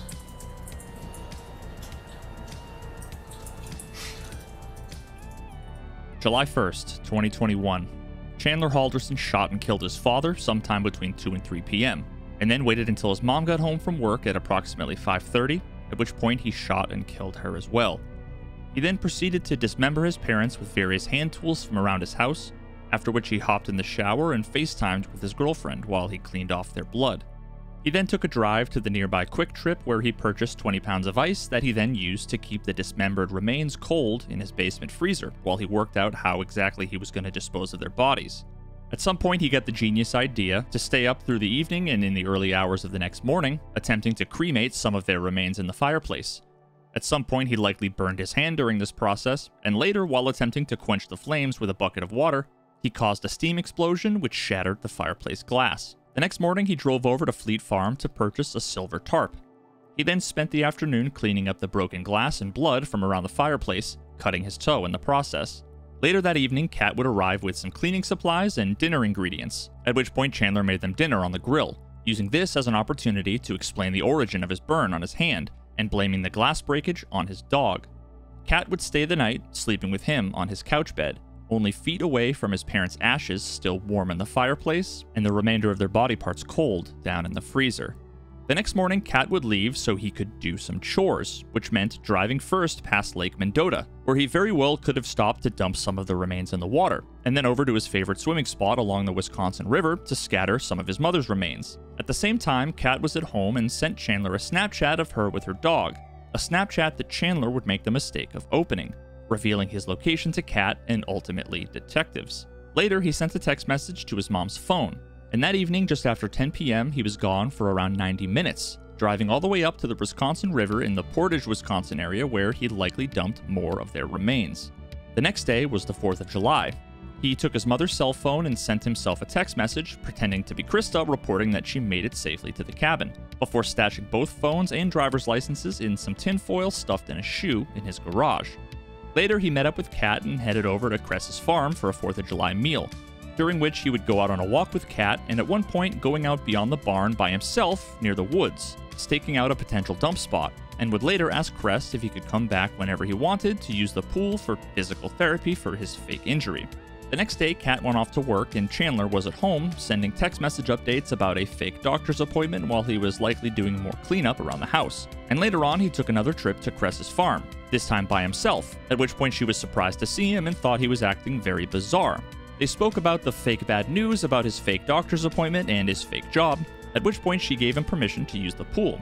Later on, wanting to swim themselves, Cres and Dulce went up to the pool and saw Chandler's car parked past the barn next to some scrap piles in the wood line. He was nowhere to be found. That was because he had driven over to the farm with a trash barrel in the trunk, a trash barrel that had a silver poly tarp wrapped around his father's torso, tied up with a rope from his garage and tape from his basement, proceeding to dump all of that in the woods. In the pool at this point, Cres and Dulce later saw Chandler coming out of the woods, shirtless and disheveled, and to the discomfort of Dulce, Chandler got in the pool and proceeded to wash off whatever dirt, grass, and grime he was covered in from hiding his father's corpse, before abruptly getting out of the pool and leaving, perhaps dropping off the target bag full of bloody rags and her trash on the way out. The next day was primarily a cleanup day, where he spent most of his time, in vain, trying to use various cleaning supplies and chemicals to hide the evidence of the murders and dismemberment.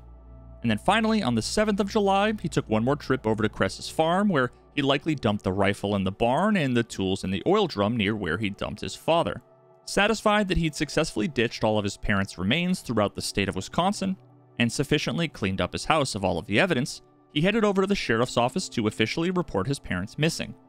The 24 hours that would follow would be the last 24 hours of freedom that Chandler Halderson would ever experience. And as far as we can tell, he spent a good majority of that sitting on his ass playing Escape from Tarkov, the thing he probably wanted to do all along. Now, one quick thing before we get to a few more important loose ends that need to be tied up, most importantly, the result of Chandler Halderson's trial. A lot of YouTubers get sponsors for every video, and that's awesome. But as you've seen, I don't often have sponsors. for a number of reasons, primarily because I genuinely don't feel great making a quick buck promoting some random product or service that I'm not passionate about myself, that I haven't personally used and can vouch for, so I tend not to go for many sponsor opportunities. What I want is to be able to tell fascinating stories. I want to educate myself and others about anything and everything that I find interesting. I want to turn whatever it is that I'm excited and passionate about, no matter what it is, into content that you didn't even know would interest you or that you would enjoy. I would also love to be able to do so while earning an income that's less reliant on algorithms and more consistent than YouTube's ad revenue. So if you enjoy what I do and want to see more of it, please do all the YouTube things like and subscribe, and also please consider supporting me on Patreon if you're able. Every little bit truly does make a difference. Alright, so the first of the remaining topics to cover before we wrap this up is about Cat. Because the internet is the internet and everyone considers themselves a true crime, body language analysis, human lie detecting psychologist, I see quite a lot of hate and suspicion for Cat. Some folks seem to believe that she was in on it, somehow directly involved, or even that she knew much more than she let on, was lying to the police about this or that, and I have to say, after diving into literally every available piece of evidence tied to this case, I personally believe that to be completely and entirely unfounded. Cat's account of the first week of July was incredibly detailed, accurately outlining so much of the timeline of events that was later corroborated by cell tower location analysis and security camera footage.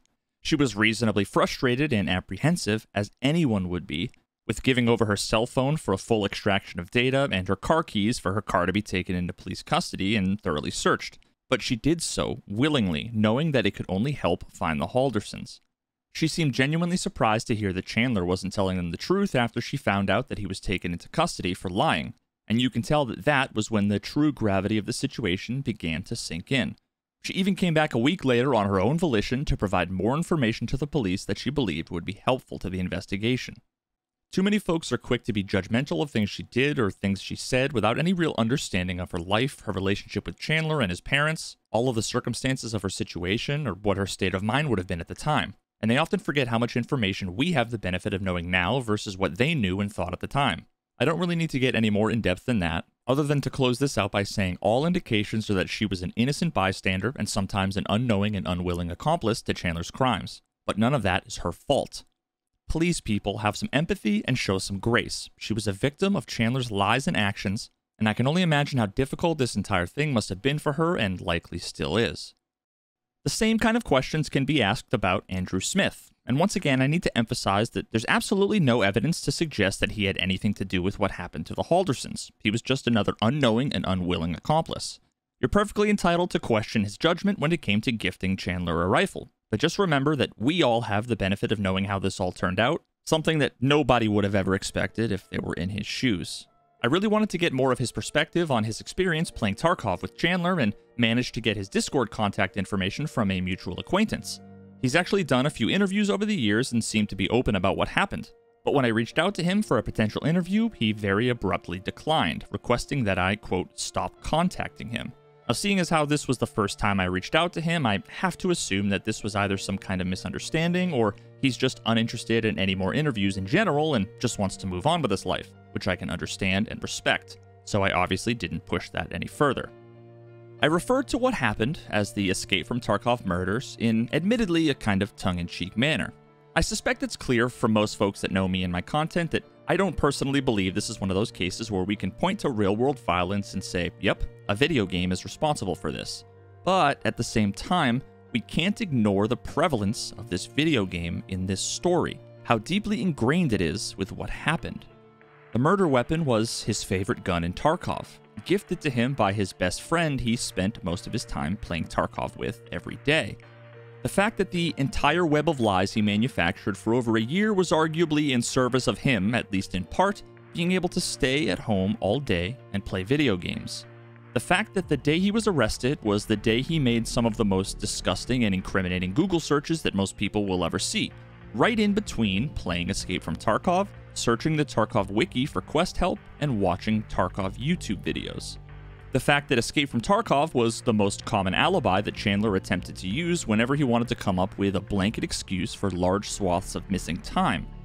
Escape from Tarkov was not the cause of this crime. That responsibility rests solely in the hands of Chandler Halderson. But at the same time, it would be absurd to ignore the obvious fact that this crime is and forever will be inextricably linked to Escape from Tarkov.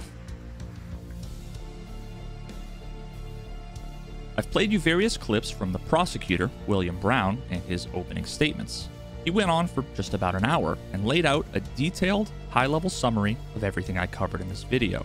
Chandler's so-called web of lies, the cracks that formed in that web as it simply got too complex to maintain, and the acts that would follow as a result. At times it was sad, at times it was horrifying, and at times it was beautiful.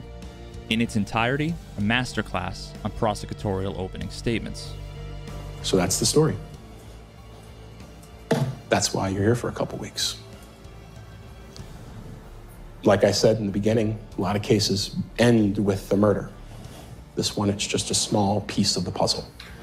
None of the things that happen after and none of the things happened before make any sense without knowing the murder happened on a specific day at a specific time. But the evidence in this case you'll find is overwhelming. Chandler Halderson killed his parents on July 1st, 2021. He cut up their bodies with axes and saws and knives. And he didn't even give them the dignity of having a funeral or even a final resting place in one piece or together. Their remains were scattered across Dane County, in public land, on farms, in garbage cans, the rivers, and perhaps every ditch. I'm going to ask you to deliver a verdict of guilty, to finally bring some much-needed truth to Chandler Halderson. Thank you. I can only imagine what had to have been going through Chandler's head the moment he realized the magnitude of the case that the prosecution had put together against him, how they had uncovered all of the lies he had told, how they were able to trace his every move from before the murders to the day he was taken into custody. After just the opening statement, he had to know he stood no chance. He pled not guilty and exercised his Fifth Amendment right to avoid self-incrimination, as he is perfectly entitled to do. He didn't speak once during the trial. He simply sat there, emotionless, helpless, and silent, while his entire life and the facade he built around it was savagely torn apart in front of the jury, although not nearly as savagely as he tore apart his own parents to avoid having to do just that, answer for his lies. As you can imagine, his defense was effectively non-existent.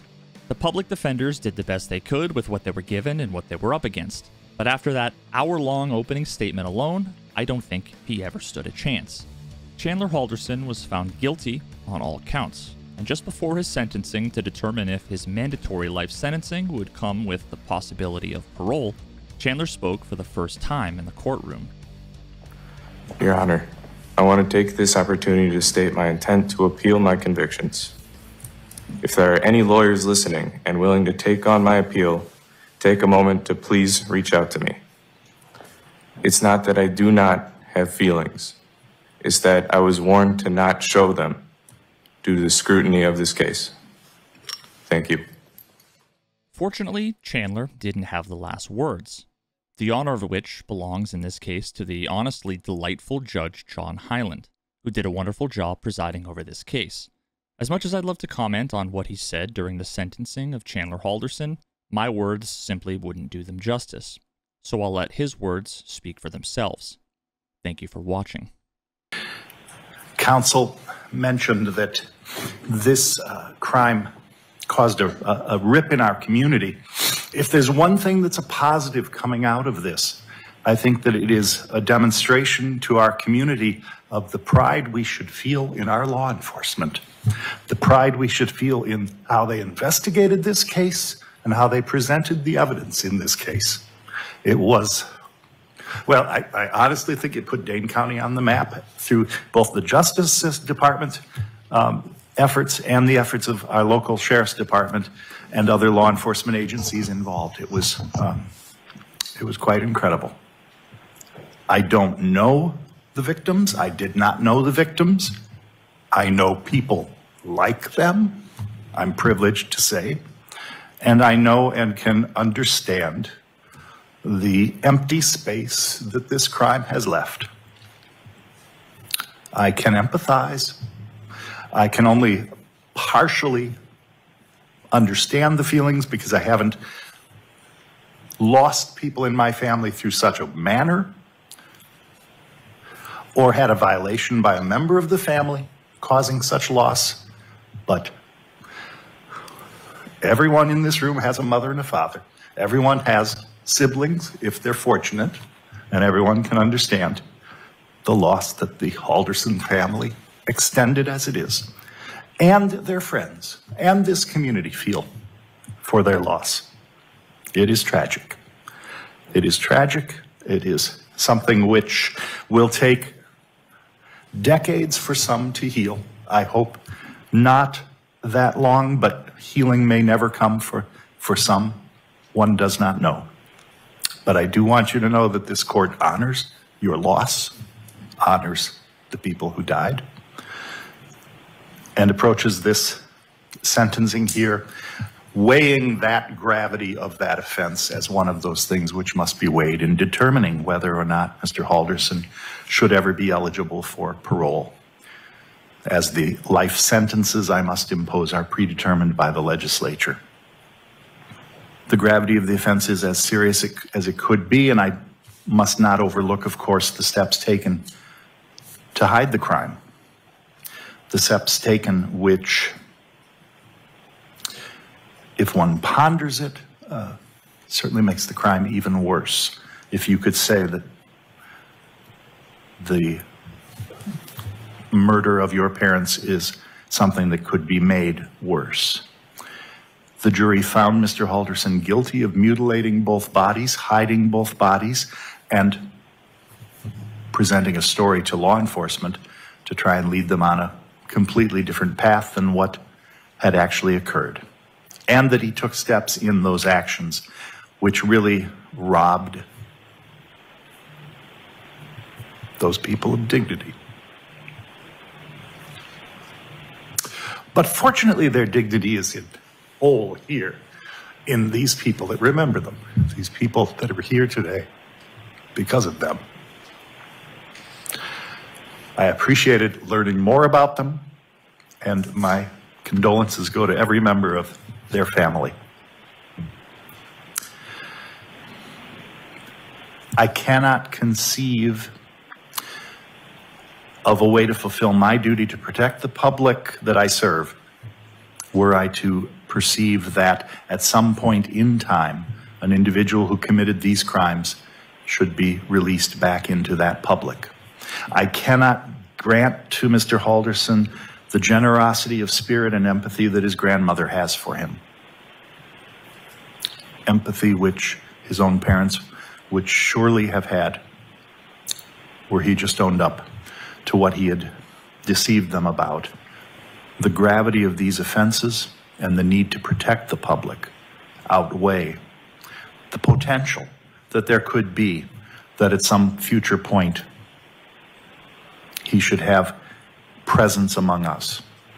I have to, for this sentence, ensure that the only time Mr. Halderson comes back into the community is to have the privilege of a burial that he denied his parents.